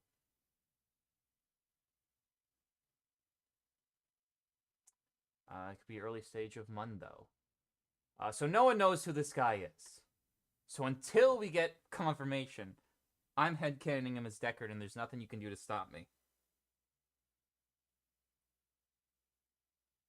It's okay to be wrong. It's fine. Well, how funny you should say that, Andrew. Do you know what the song that's about to play is? Do you know the name of the next song? What is it? Everything Went Wrong. Okay. That's different enough, but yeah. Nice. When everything went wrong. Darn, darn. Got a nice Things country. don't go all that wrong here. It's high noon. Oh yeah, that arm thing injects her with shimmer, doesn't it? Yeah. A little bit. So all this is playing, I flippin' love the arm animation, man. yeah. Oh, Like how it's all mechanical. Yeah, they're dead. and Savika's arm does like a great job of like simple is more, right? It doesn't have like a ton of Yep. extra shit that's unneeded, and there's some hilarious scene. Right, they're drinking, they're having fun. He's just psyching herself up. Savika's just letting her power up. But we'll talk a bit about the song while this happens. But there's a bunch of cool. The sword's fun. But I'll talk a bit about the song. There's it's a bit difficult to connect it entirely. There's a couple of lines in it, like oh, you're oh no, I thought this was the oh yes it is. Boom. So well, listen, we'll give some time to get up.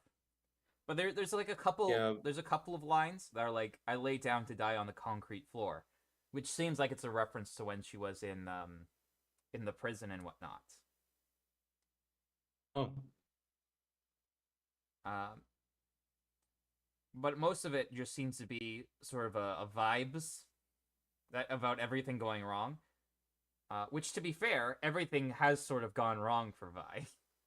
Like literally everything that could have gone wrong up until this point has gone wrong. I don't think we can name anything that Oh has gone right.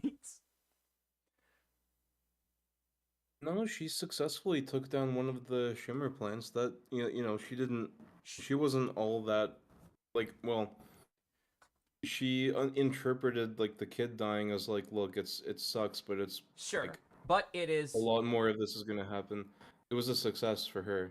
Was it? I mean, she does disrupt the shimmer, but as a result of that raid, is what causes uh, uh, Jace to abandon the position, right? And then it's the position that makes him try and get peace with Silco, the one thing she explicitly does not want. Mm. So ultimately, you could argue that it was a battle victory, but the end result is now she has to walk around fighting, not fight against Silco by herself, not with any support from Piltover, and not even with Caitlyn now. Yeah. Unironically, she's in a worse position than she started in. Interesting. Yeah, I guess that's a good point. I don't think that she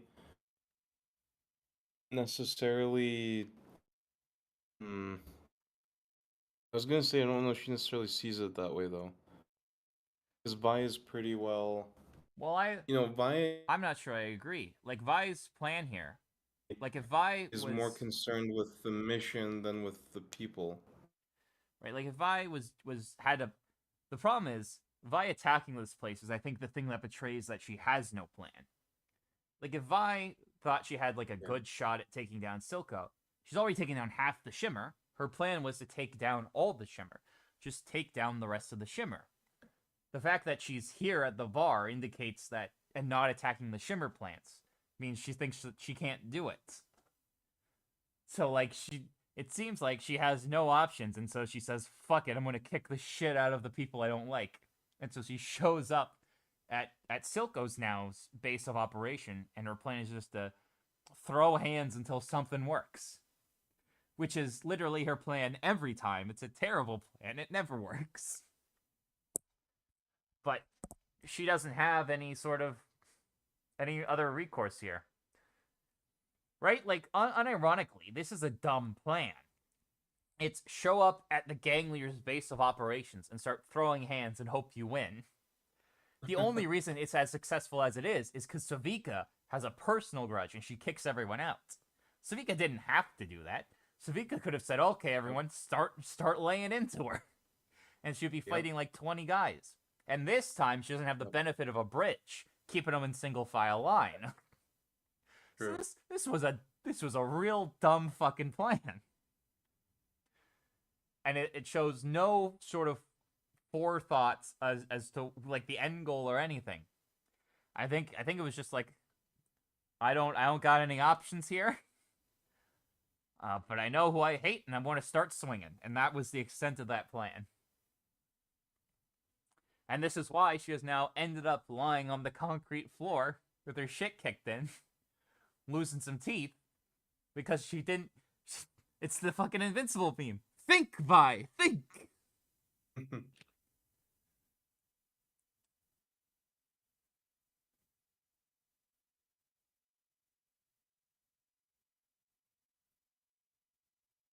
So why isn't Vi dead here? You can probably keep. Well, yeah, because she has her sword, and she stops using the sword, and she punches Vi. Is that just because it's like, okay, I got her. It's fine. Like I don't need to freaking slice Uh, her head off. I'll just knock her out, and then we'll talk or whatever, or I'll execute her after or something. Like, let why me not just let me cut rewatch. her head off right then and there? Let me rewatch.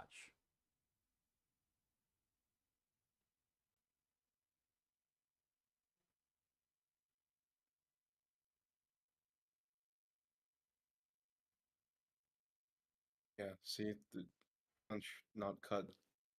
Which, if there's a reason for it, yeah, I'm gonna like I assume there's a reason for it. Like maybe does it suggest that maybe Savika is not necessarily like would she be down to talk to Vi? I don't think so. I think pro You, if I so there's basically I would put forward two answers. One, Vi can't die because she's a League of Legends character. Would be answer number one. Answer number two, if I were to like contextualize this as character, it would be that this is like a grudge match. Savika wants to prove that she's better than Vi, because last time they fight, um, Vi does a fair bit of work kicking her ass, and she has to sort of smart her way out of it instead of fight her way out of it. So this might just be I'm just proving that I'm better than you. Another theory might be, typically she only uses the sword for like short durations. So maybe it's like maybe it's like a double-edged sword. She can use it, but not for long periods of time. So she tries to use it sparingly because the more she uses it, the more shimmer or whatever she has to inject or something. I don't know. Those would be like the three potential reasons I would put forward. Do you think any of them are good? I'm I almost feel like maybe Savika would be willing to talk to Vi.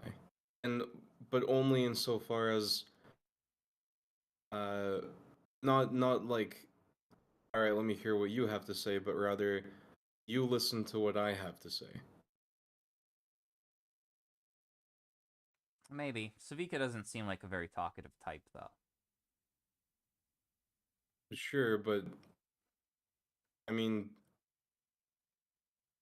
there seems to be situations where she makes a value judgment and she decides, all right, I'm not gonna do a kill in here. I'm gonna do a different thing. Maybe. I don't. Well, what would she say to Vi? I don't know. Right. I can't think of anything either. Something like I haven't. just I I haven't don't know, forgot how being you like fucks blew off my arm. well, or even just like the fact that like you know Vi has been chasing Jinx, who is just kind of well, I don't know. I guess that's kind of already been a said and done conversation. Yeah, I don't know. I don't know. I'd have to. Yeah, maybe I don't know. Maybe not. But then, like, why not just kill her then and there? Yeah. And I don't think.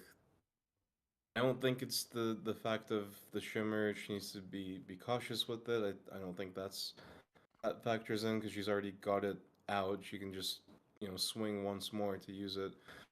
Um, or yeah, I don't know. Maybe it's the first thing that you said. I don't know. Whenever something like that happens in like a fight, and it's like you could have killed him, but you didn't, and there's no reason in character why you wouldn't, then I'm like, I'm not very sure about that. Yeah. I could just be missing the detail. But that being said, I'm also super unsure about what's about to happen. We're going to get a blast from the past, Andrew, is what we're going to do.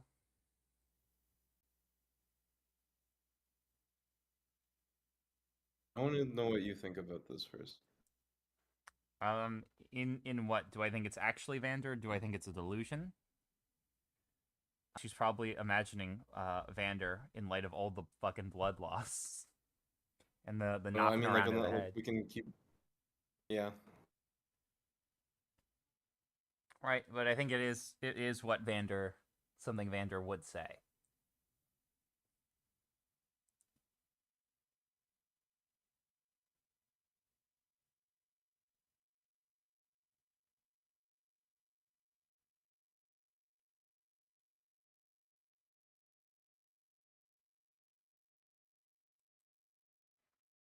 Mm.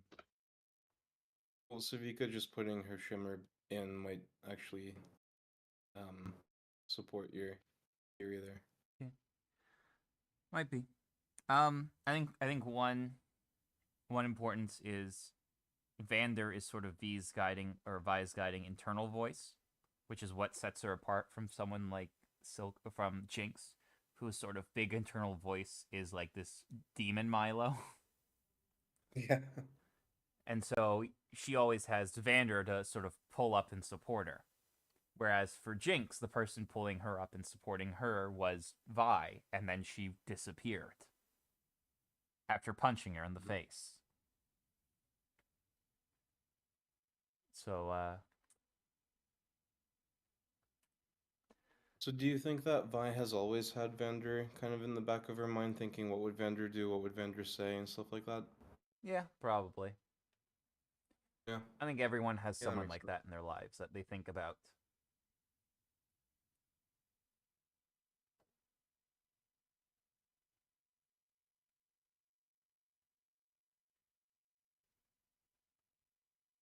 And then I like she drops the one, so now they both have one mechanical arm.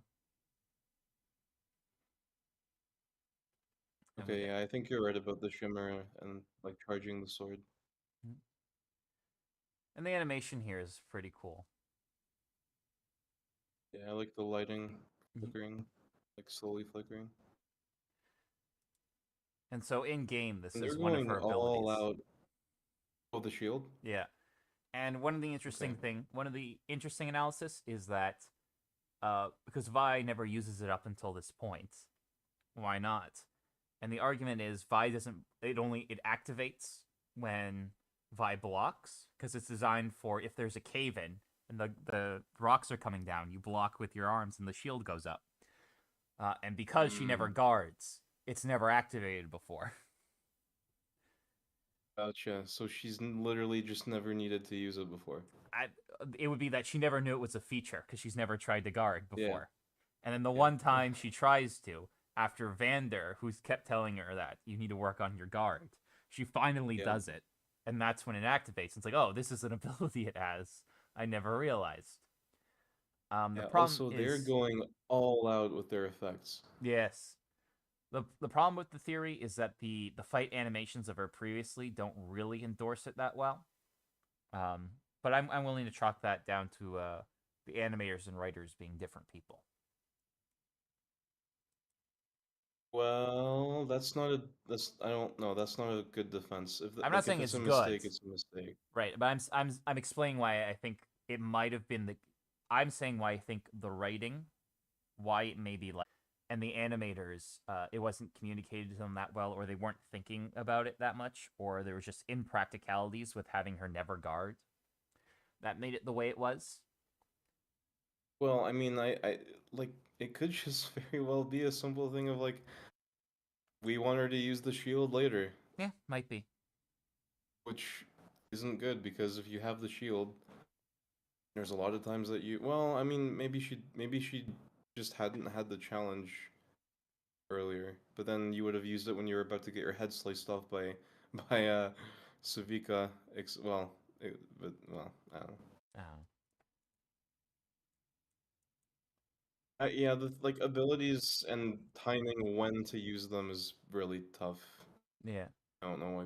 And I part of don't know that why it's is so tough, but it is. part of the reason I think that is if we look at what these eyes when it activates, she looks a little confused.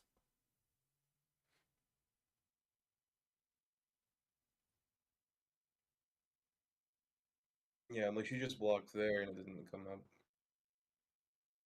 Maybe it's only if she blocks above her head.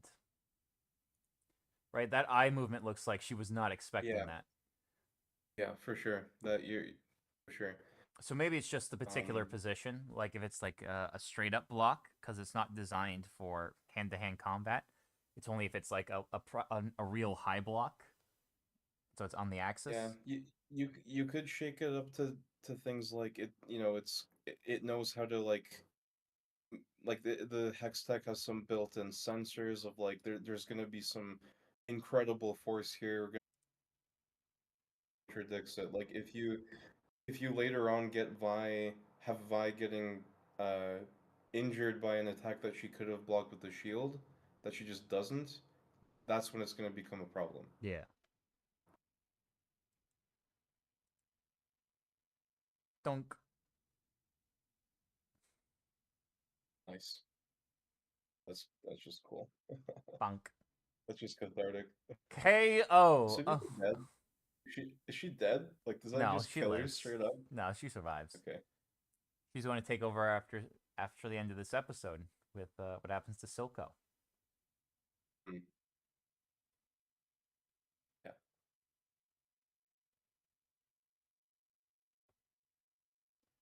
Man, those gauntlets are freaking like hard to wear. That thing goes Yeah. up to her elbow. Imagine having this freaking brick that goes up to your elbow that you just have to lug around. Yeah. I guess it seems like it being powered by Hextech means like it moves itself around because when it gets stabbed through, it like she falls down with the weight of it. Oh my gosh, I just noticed Jinx there like looming over. Yeah, Hextech It's is kind of terrifying. floaty. Um, but yeah, I think the screaming is her sort of releasing some of that pent up energy Mm. and the pain and whatnot. And then she's like, okay, on to the next thing. And Peekaboo, who are you?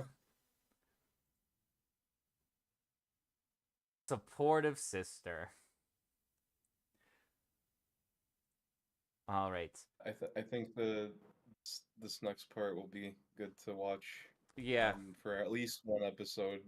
At least one episode.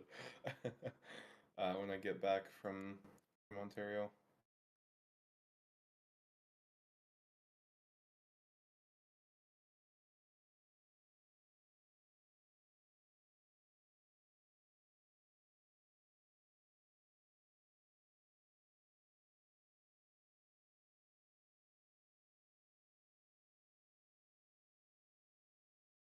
Hmm.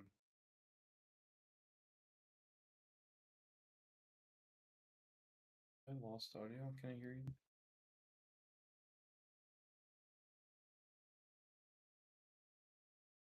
Uh, if- I can't hear you if you're saying stuff.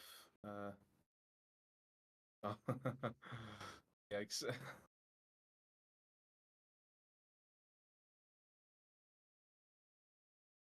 Okay. Yeah, I don't know what I lost context. The last thing that I had said was I said something like uh let's watch it when I get back or something, and I don't know what you. Oh, I can hear you again. Okay.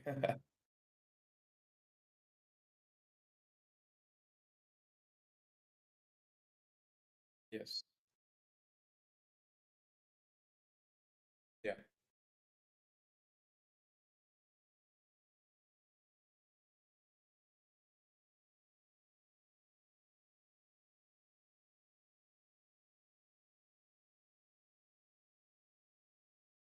Indeed. Is a crew.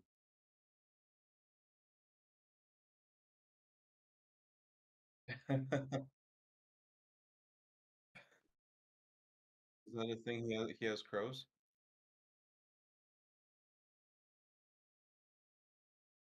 Oh, okay.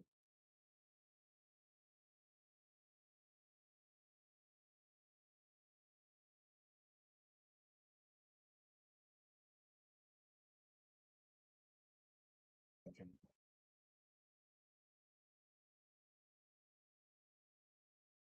Yep. I will be back on January 13th, which is a Saturday, but I think that um I don't think that I'll be able to I'll figure out what time I actually get back. I don't remember if I'll be here for the stream or if I'll be here super late. Yeah.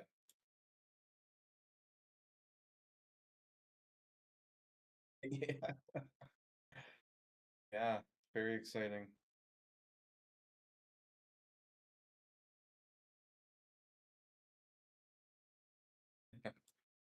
I imagine it's like simultaneous with with us finishing it.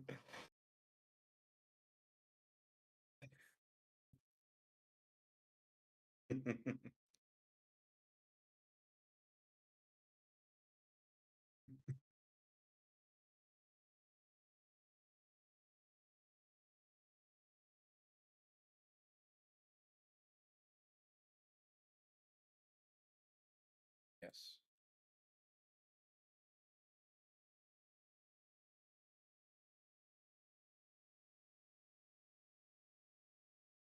We need to do like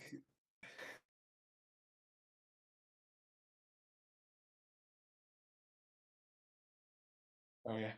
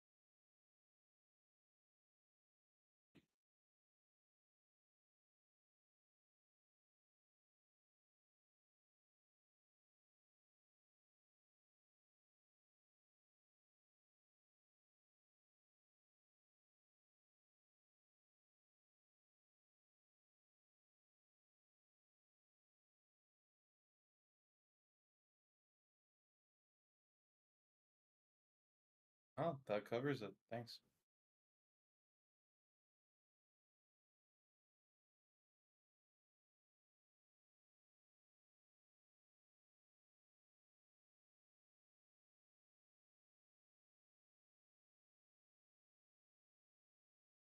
Yeah.